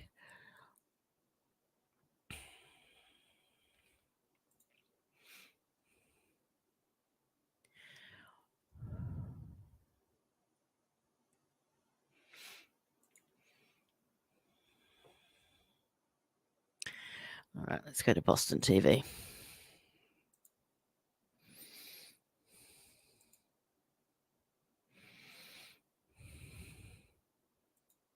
Of your explanation, you discussed WAL files? That is correct. SQLite database? Yes. plist database? Yes. Knowledge C database? We're back to the. Yeah, plist is not a database, just it's a structure, so just a small correction. Thank you for the correction. Opening tabs and closing tabs, correct? Yes. and other issues related to your analysis of the phone extraction, correct? Would you call them issues? Or Well, maybe that's. We've gone straight into cross. Okay. Other elements. elements? Fair enough. Yes. We didn't miss anything. And back to the original camera angle. Would you agree with me that another simple explanation for that 2:27 a.m. timestamp was that the user of that iPhone conducted that search at or before 2:27 a.m.? Can you rephrase, please? I'm going to phrase it the same way and hope I can Repeat it, please. Thank you. Would you agree with me that another simple explanation for that 2:27 a.m. timestamp was that the user of that iPhone conducted that search at or before 2:27 a.m. on January 29th of 2022? That timestamp is not indicative of a time of search. So the question is difficult to answer because I can't say that that timestamp tells me anything about the time of search. Okay. So as I take your answer, you're not denying that the timestamp and whatever you get from that timestamp doesn't rule out that the Google search was done at or before 2:27 a.m., correct? If I'm understanding your question, there was a double negative, so I just want to clarify. The question is if the timestamp could exist because of a search happening at that time? No. Or no, okay. What I'm saying is your analysis of the phone does not rule out that the user of that phone performed that Google search at or before 2:27 a.m. There is no indication of a Google search at or before 2:27 a.m. But again, I'm getting to whether you can rule that out, ma'am. That's really the crux of my question. Can you rule out that? Yeah. Why did it pick 2:27? Was that a random number? Search at or before 2:27 a.m. on January 29th. There is a very unlikely possibility based on the fact that there is no evidence that the search occurred before that time. That's just like saying that the user searched for pandas at 2:27 a.m. Could you rule that out? I can't rule out something that doesn't exist. All right. Well, you would agree with me that with regard to your analysis of this phone extraction, you were given very specific instructions in terms of what to look at, correct? Correct. I had a very limited scope in this analysis. And who was it that gave you that limited scope? That scope was relayed to me by Detective Tully. Okay. And Detective Tully instructed you specifically to only look at the part of the phone extraction that dealt with the Safari search history. Safari search history specific to January 29th, 2022. That is correct. That didn't help. He instructed you not to look at anything else on the phone, correct? I looked at related artifacts such as such as what was being done at that time, the phone being on, the phone being used, but not anything else outside of that, correct? And you were not instructed, for instance, to look at other user activity on the phone, including examining call logs on the phone, correct? Correct. And you would agree with me that if you were allowed or instructed to examine the call logs, that could reveal deletion of calls that morning, correct? Of course. Well, So she didn't see the call logs? She only saw the Google search, not the call logs. No, no redirect. What was the point? thank you very much. So she testified because of the one Google search. Is that right?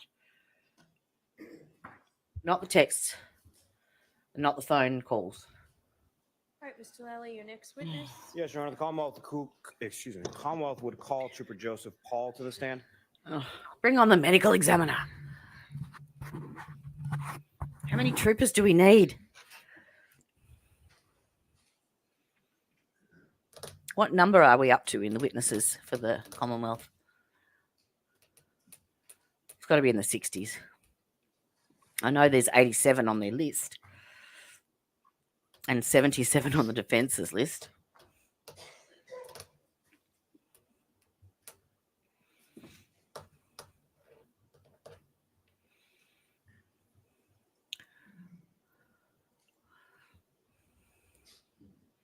So the courtroom having some IT issues today.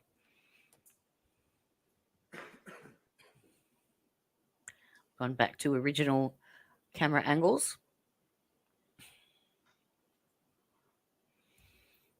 In that back row up here, you've got John O'Keefe's brother, Paul. I'm not sure who this gentleman is, but that's Paul's wife in the green top. I'm not sure who these three ladies are, but the lady with the white T-shirt, that's normally where John's mother sits.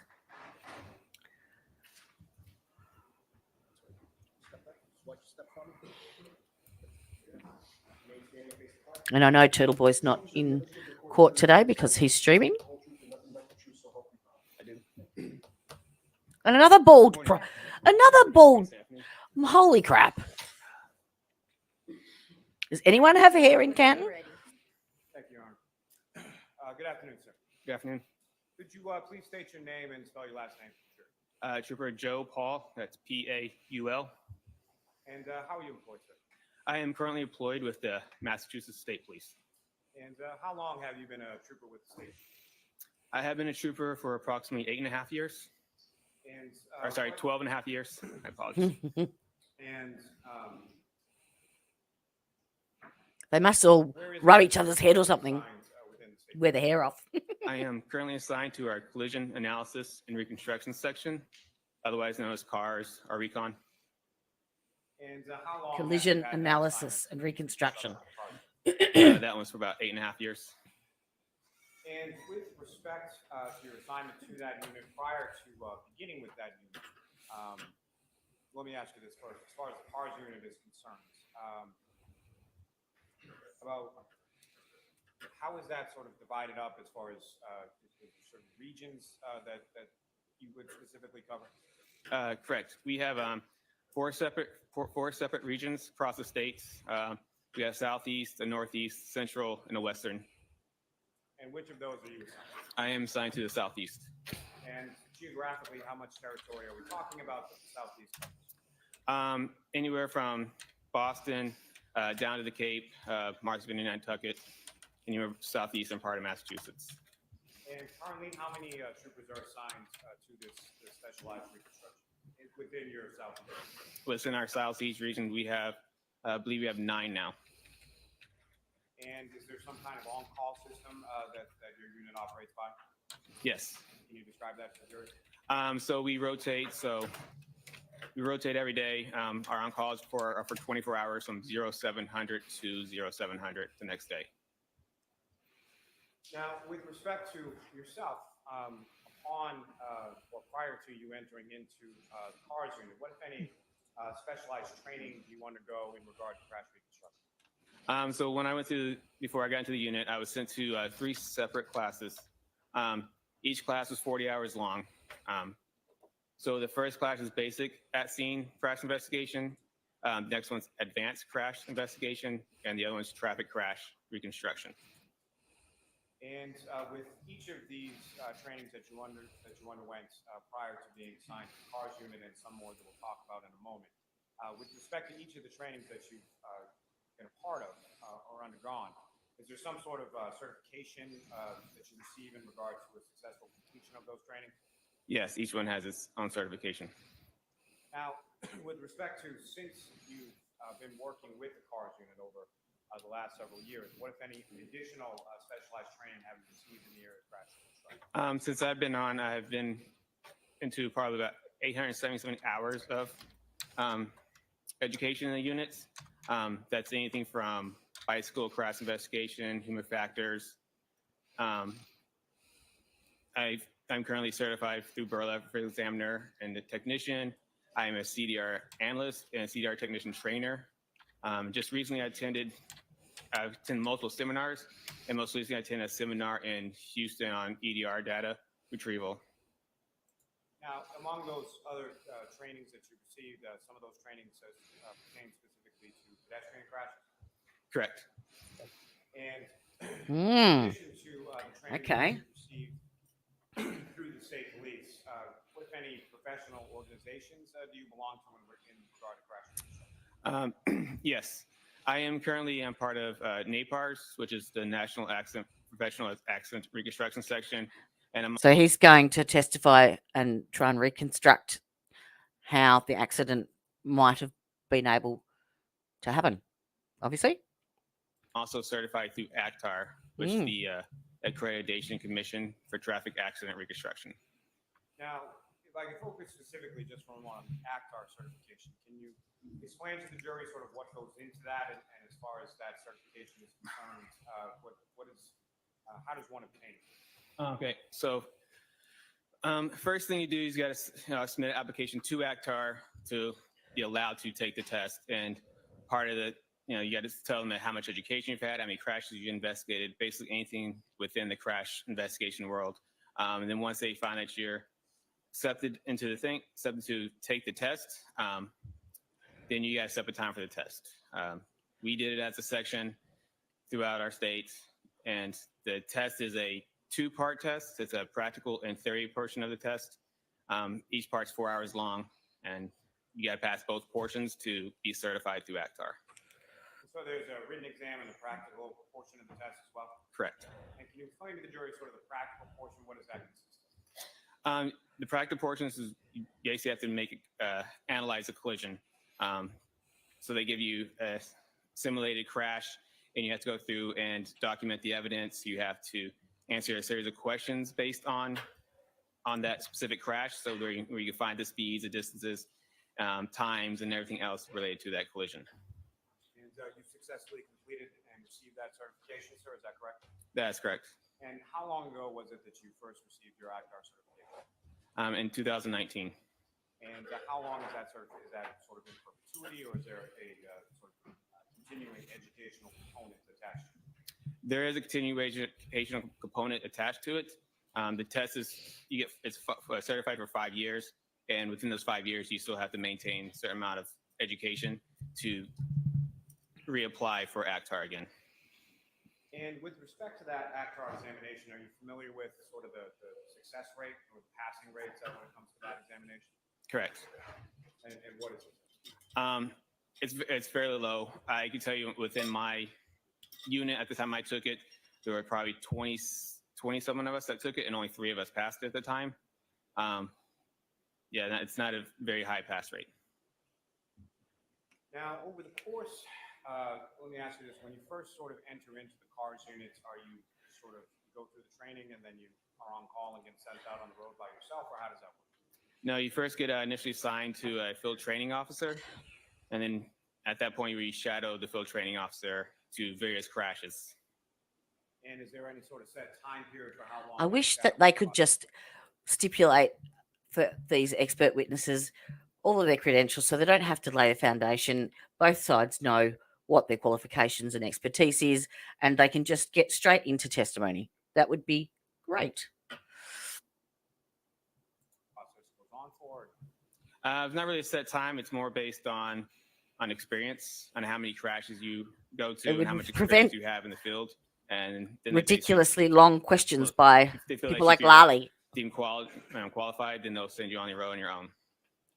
And over the course of your years within the CARS or the reconstruction unit, approximately how many crashes have you responded to and investigated? As of now, I've been to approximately 196 crashes, and I've probably assisted another 100, 150 crashes.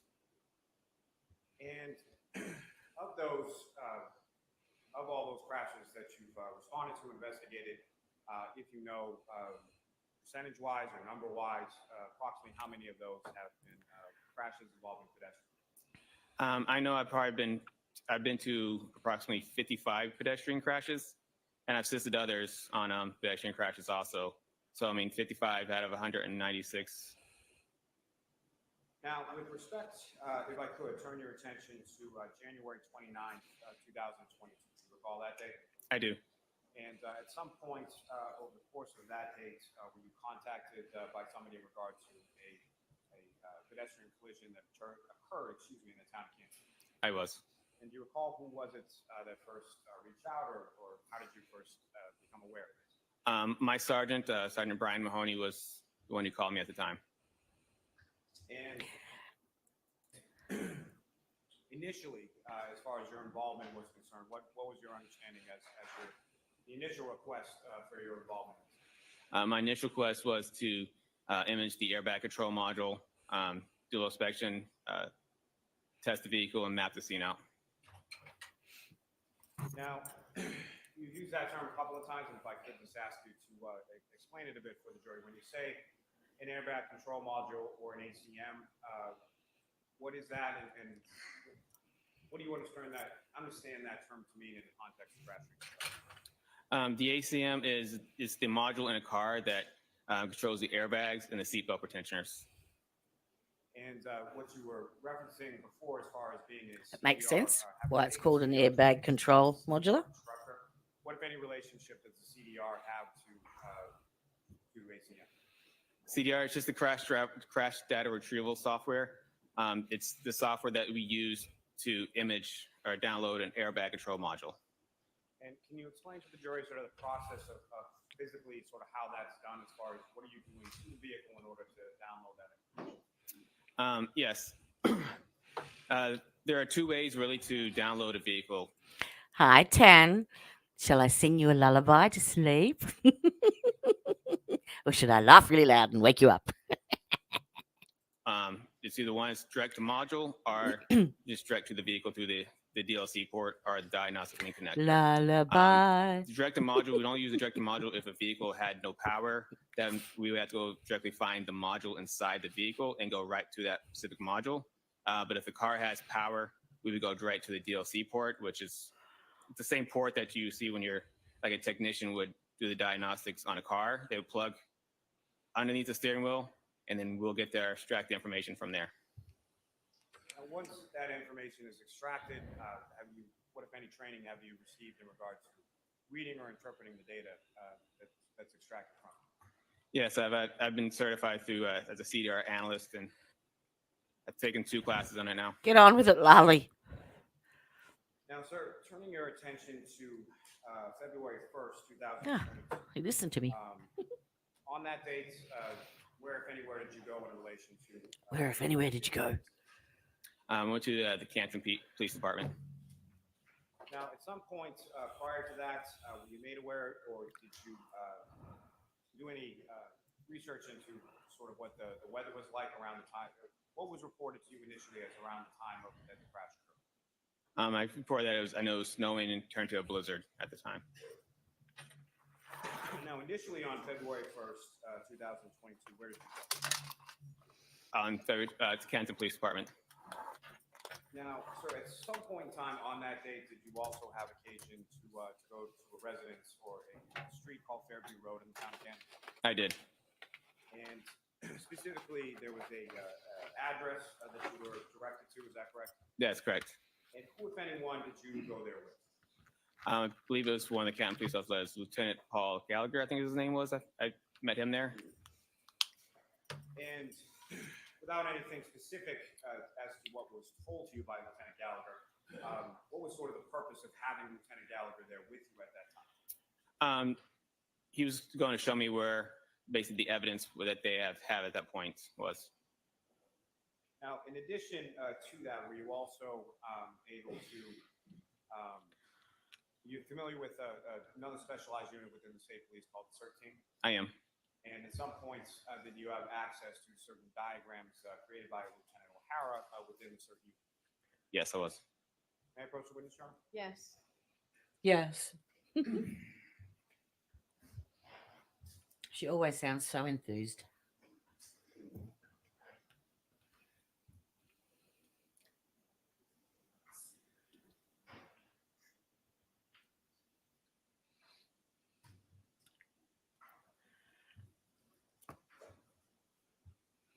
I'm going to show you what's been marked as Exhibit 135 and 136. Ask you to review that until finish.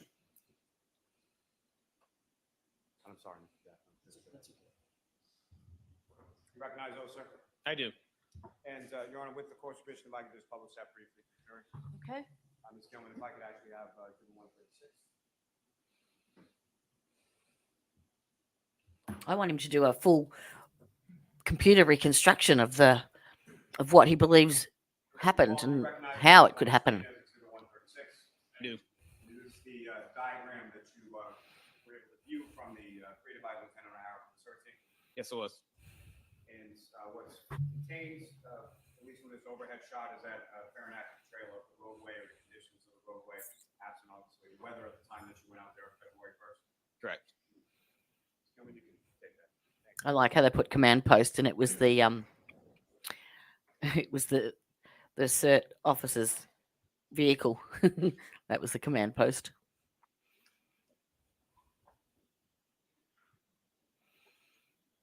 Forgive me, Your Honor, if I could just have 1 second. Sure.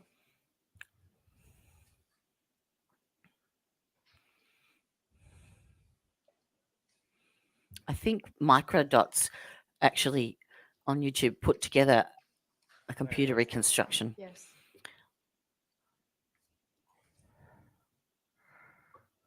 I must go and check that out. So I'm going to retrieve that from you. I'm going to put 2 other photographs before you after they just look at those. Speak up, Lally. Yeah. And do you recognize those, sir? I do. What do you recognize those to be? They are pictures that were in my report. They're Google images of the roadway. And one facing from the northbound direction, one facing from the southbound. Is that correct? That's correct. Your Honor, may I approach? Yes. I'll obviously introduce the minutes and next exhibit. No objection.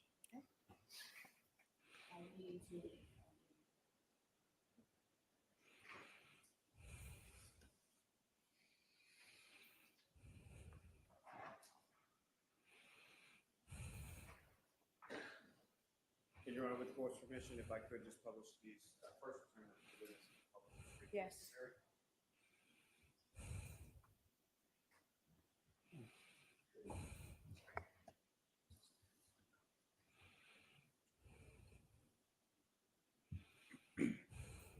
Jackson is always focused.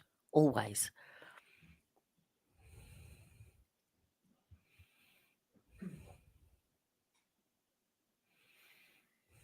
Trooper, directing your attention to the screen. What you have before you is that, what's up on the screen, excuse me, is that what you have before you now marked at 582? Yes, it is. And if you could, there should be a laser pointer on the desk somewhere before you start. If you could, using that laser pointer directs the jury's attention to what we're looking at in this particular photograph of the road. All right. So this is Ferry Road. It's facing northbound. 34 Fairview Road would be onto the left in this area. Now, with regard to the roadway, when you went there, what if any observations or what if anything did you note about sort of the roadway surface or markings on the roadway or general overall condition of the roadway? The roadway was, there's no significant difference. Anything significant with the roadway. As far as the roadway material, were you able to observe whether or not it was sort of asphalt, concrete, or anything? Right. Yes, it was an asphalt roadway.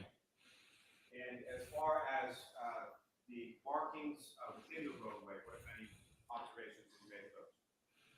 They've got lines on them. WO stone line, white fog lines, both sides my of the God. road. Is that what we're going after? The roadways? And then as far as adjacent to the roadway or adjacent to the fog line, what if anything did you observe there? So as you look at the picture at the left side, Curb and has grass. asphalt curbings. These are about 5 inches tall, same on both sides, and there's a sidewalk along the right side of the roadway here. And the side with the asphalt curbings, that's the same side that 34 Fairview is located on, is that correct? Correct. Ms. Gilman, if I could have the next slide.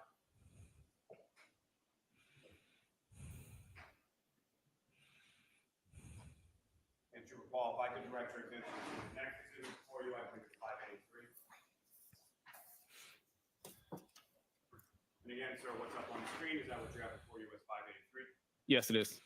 And if you could, again, using the laser pointer, just briefly direct the jury's attention to what, if anything, you know as far as from this perspective. Yeah, so this is the southbound. 34 Fairview would be on the right side here. And that's their letterbox. Ms. Gilman, you can take that. And what good did that do? Yes. I hope they didn't do the reconstruction in those conditions because it wouldn't match the snow conditions that Now, Trooper, with regard the incident allegedly happened. That's a nice sunny day with a clear road. As far as Fairview Road, what what, if anything, did you note in regard to postings regarding the speed limit on that particular roadway? Yes, the posting for a speed limit is 30 miles per hour. At this area, it's only posted 30 miles per hour for northbound operators, and I believe it was like 19 Ferry Road is posted in front of. For the southbound operators, it was not posted. And so for a northbound operator, that would again be someone where the residents of 34 Fairview Road will be on the left-hand side Left, of the road. yeah. Is that correct? That's correct. And with Wouldn't you regard assume it'd be to the same both ways? width of the lanes, or what, if any, measurements did you take in regard to the lanes or the roadway itself? Yeah, each travel lane was approximately 12 feet, and the overall width was approximately 27 feet. Now, as far as measurements being conducted with regard to the scene, what, if anything, did you use or employ to make those measurements, or what, if any, devices? Yes, I mapped the scene with it's called a Leica GNSS GPS total station, and I also used a drone. Was it calibrated? UAS, is that correct? Correct. The drone, I mean. Yes. And with regard to each of those, as far as the GPS mapping and the drone, have you received any sort of specialized training in regard to the deployment of each of those tools? Yes, I have been certified to use the Leica, and I've also have a Part 107 license for the drone. Now, as far as starting with the Leica or the GPS, if you could explain to the jury sort of what that is and how you use that device in order to, as you termed it, map this.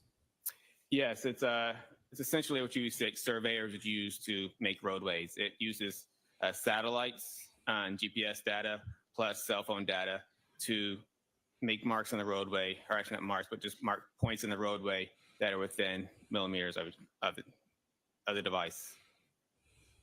And with regard to the drone device, sir, how does that?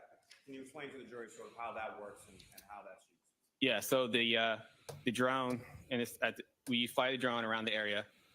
We set it to set up a grid pattern to fly around the scene. And while it's flying this grid pattern, it takes a series of photographs, and these photographs are also GPS.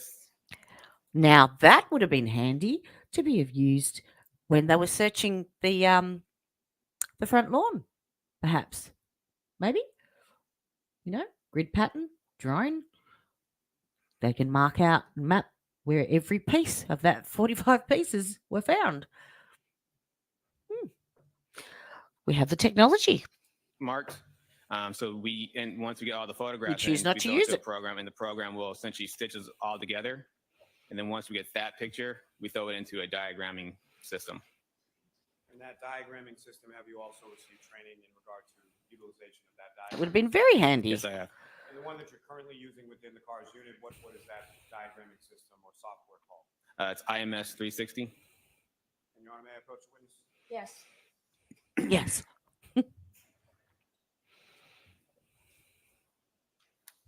Sir, I'm showing you. So he is a trooper from the Massachusetts, what do you call it? Norfolk County District Attorney. So they're the ones that were in charge of the investigation. So they have the technology to do that. Why didn't they use it?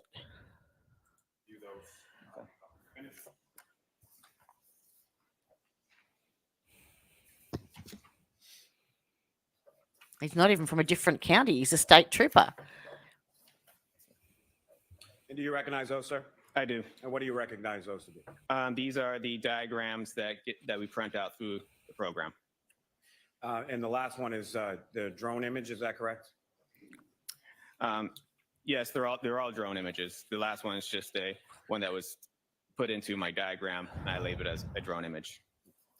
Your Honor, may I approach? Yes. I'm also to introduce the witness next floor exhibit. No objection.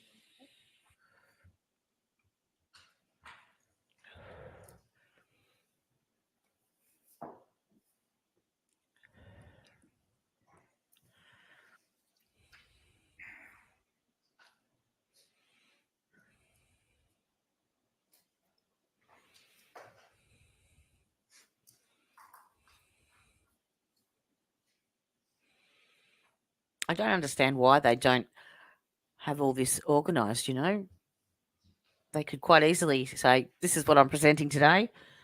Do you have any objections to any of these? Otherwise, we'll get them set up and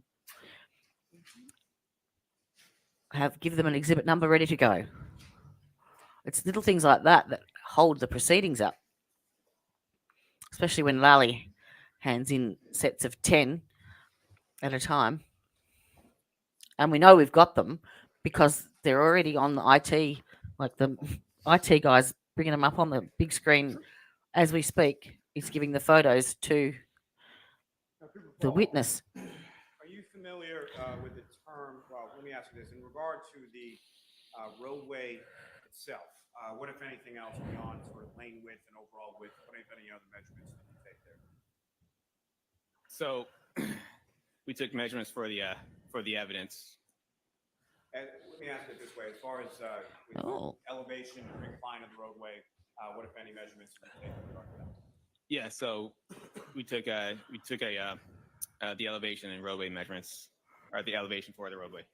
And where in relation to the residents at 34 Fairview did you take that? Sort of the entire street or just in the general area of that specific address? In the general area of that specific address. And Did that allow for let me ask you this. How is a foot of snow? regarded to elevation or incline? What kind of tool do you use for that? We have a level, the digital level that we'll place on the roadway, and we'll get a measurement from that. Now, I know. I had too many coffees, Gabby.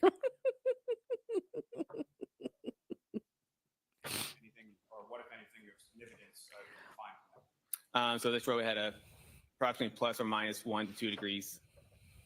So nothing significant, is that fair to say? Nothing significant, yes. Now, sir, through your training experience as a crash reconstructionist, are you familiar with the term? I don't think I'll last much longer than this witness, though. Yes. Just quietly. Can you explain to the jury sort of what your understanding of that term is and what types of things could be termed as roadway evidence? That's roadway evidence is anything that's related to the collision you're investigating at the time. It could be anything from vehicle debris, gouge marks, tire marks, anything that's related to a vehicle or whatever type of crash you are investigating. Jacked up a Mountain Dew. So any sort of anything from either vehicle, pedestrian as well? Don't know why I did that. So pieces from a vehicle, holding items from a pedestrian, correct?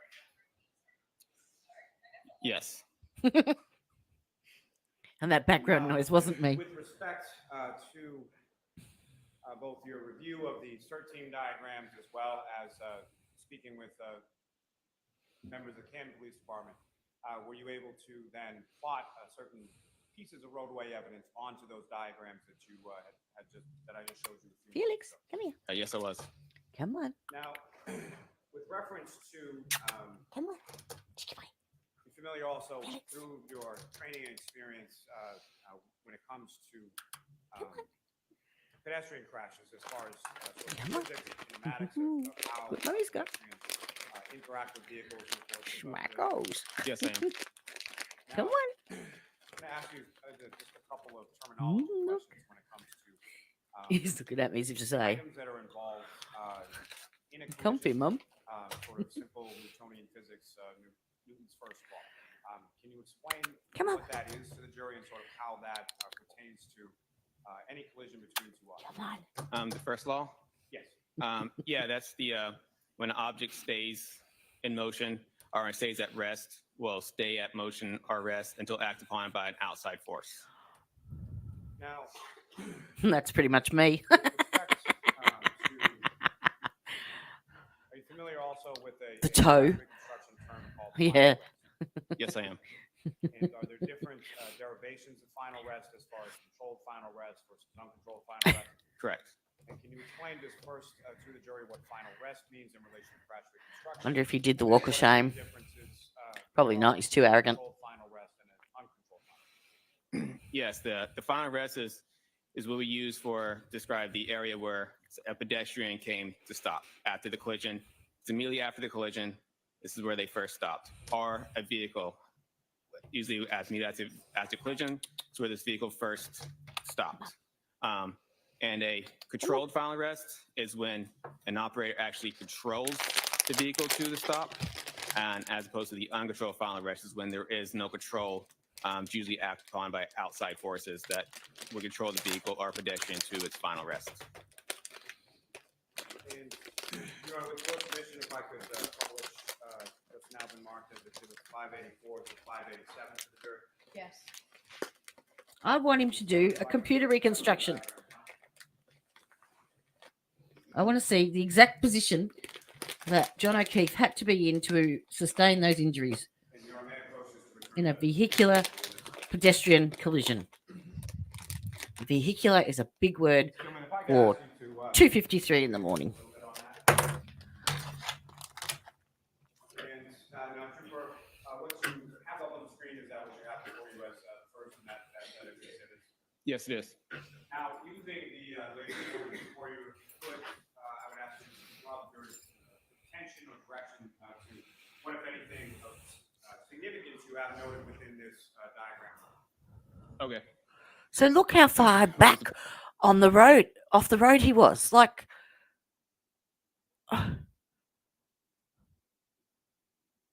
holy crap. It's miles away from the road.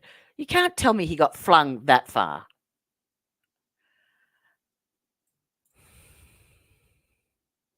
Pointer? Okay.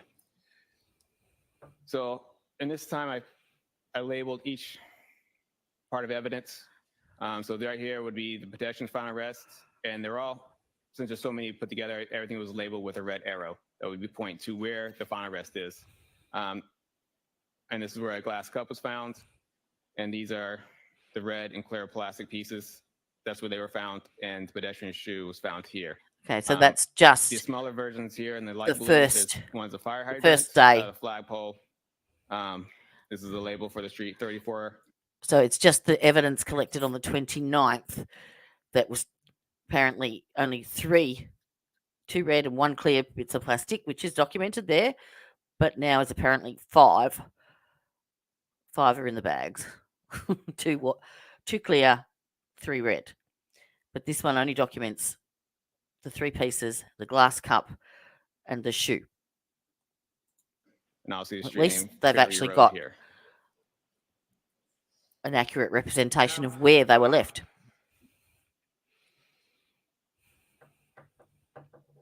Still doesn't explain how John got that far off the road. Measurements were concerned. What, if anything, were you able to do to measure sort of between different points of roadway evidence, or specifically from the pedestrian or Mr. O'Keefe's final arrest in reference to other items that you have depicted on the diagram? So we're talking about on these diagrams, it's hard to see here, but it is a scale diagram. The diagram itself is scale. Once you put a roll up to the actual paper, it's scale. I've also have on here, it's hard to see, but I think it's right here. They're called ground control points. They're little X's on the roadway. They're used for the drones imaging, and using the drone imagings will use those in order to help put all the pictures back together. At the time of this, I measured between each point from ground control point 1 to 2 and put it as approximately 50 feet. And 2 to 3 is 50 feet, and 3 to 4 is 50 feet. So it kind of is a second way to measure off the diagram, and also using the program to measure to different points while using the diagram. And as far as starting with the shoe that you have depicted in this diagram, what was the measurement of the shoe away from Mr. O'Keefe's body? I'd like to see where all 45 pieces of tail light were located on this map, just to see how far spread they actually were. The shoe was and the hat. I have my thing. It's approximately 10 feet away. Your Honor, with the court's permission, may the trooper refer to his report just for the specific measurements? Yes. Oh, hang on a second. I've got it wrong. Okay, so it says pedestrian's final rest. You see my marker there? It's the actual arrow. So it's down here. But the way they explained it initially was that it was 12 feet from the roadside, and that it was located up here where the actual words are. So that's where I thought that he was, but we'll have to wait for the defence to cross that, because That looks way closer to the road than they initially told us, from my recollection anyway. That looks only like a few feet off the curb. It's Trooper, with regard to the shoe, how far away approximately was that from Mr. O'Keefe's body? 9 feet. And did you also have a measurement for how far away the glass cup pieces were from Mr. O'Keefe's body? Yeah, 1 foot. And for the red plastic, you have. Hang on. So did he say 9 feet? How far away from Mr. Let me Shoe go back. was approximately, I have my thing, it's approximately 10 feet away. Your Honor, with the court's permission, may the trooper refer to his report just for the specific measurements? Yes.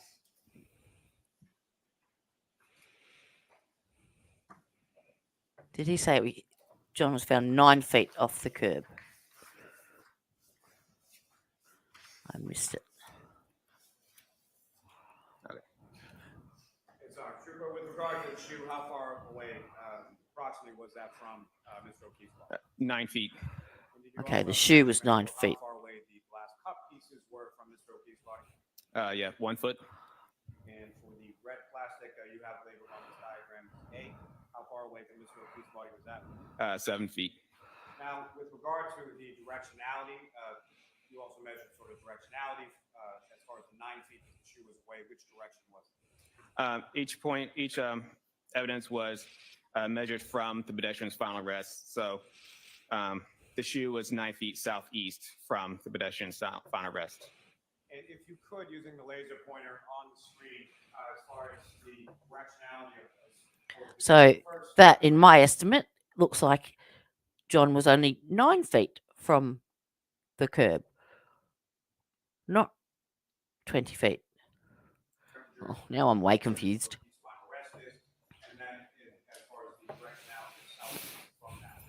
Okay, so right here, pedestrian's final rest. It's more right there. The shoe is right here, so it would be kind of southeast. I have an arrow pointing north to kind of give an extra. Officer John O'Keefe's final rest, please. 1 foot away. Which direction was that? It was about 1 foot north. I think it was found like within, right next to him. So. And the red plastic that you have labeled as A, again, that was 7 feet. In which direction was that? That one was east, so it's right here. As far as the clear plastic, what was the measurement and what was the directionality for that item? 10 feet southeast. So we'll go right over here. And the red plastic that you have labeled on the diagram as B, how far was that and what directionality was that? That was 12 feet southeast, and that was found right here. Okay. Sir, if I could direct your attention to the next exhibit before your diagram number 2 in this film, if I could have that.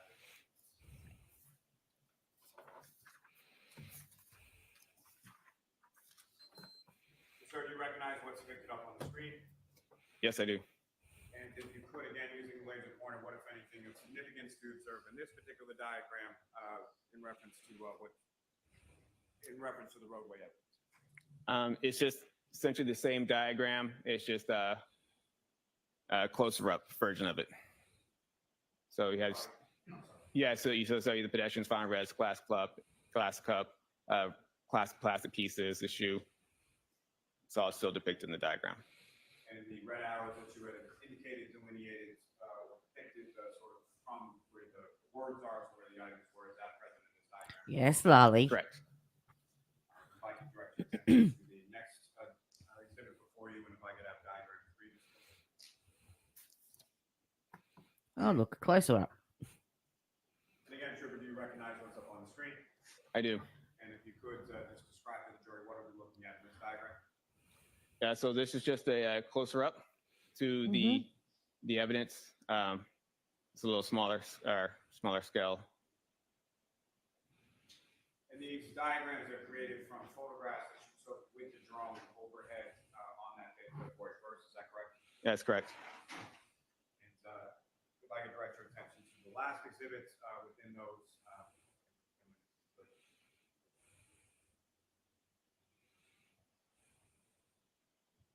And again, sir, if you could, you recognize what's up on the screen? I do. And could you describe to the jury again using the laser pointer to delineate? It's the same picture, Lolly.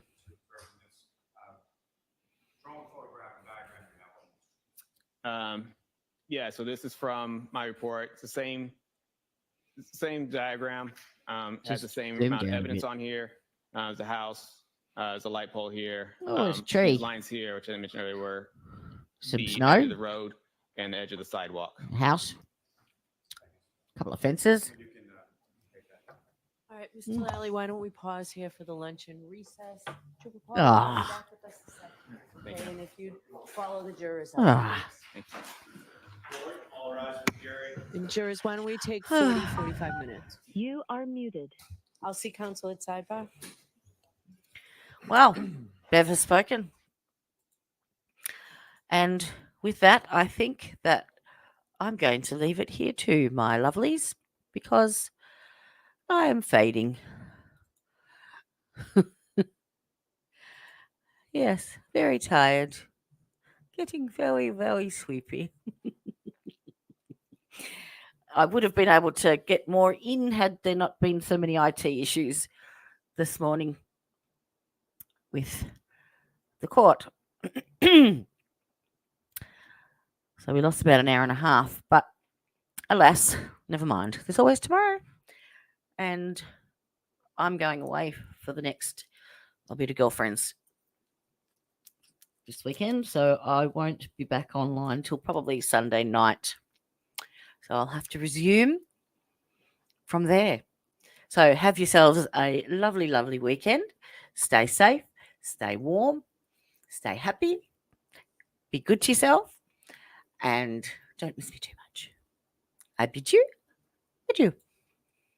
Plead not guilty to this deed. We were just drinking at the bar. They think I hit you with my car, though I don't really know how, without me damaging the plow. So we found you in the snow. How you got there, I don't know.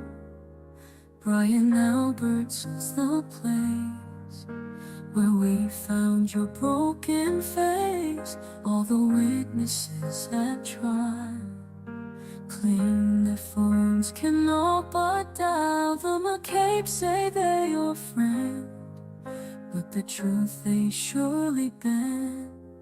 They will pull out all the stops, protecting all the crooked cops. And those cringy texts I sent to the agent that was banned were removed in single threads by machines owned by the feds. So Detective Brian's dreams were not disturbed by my shrill screams. Carrie Roberts testified, didn't fake it when she cried. Unlike Jen, who likes to mock a state of horror and of shock. It was February 22 when I last set eyes on you. Death is such a nasty thief of your life, Johnny O'Keefe.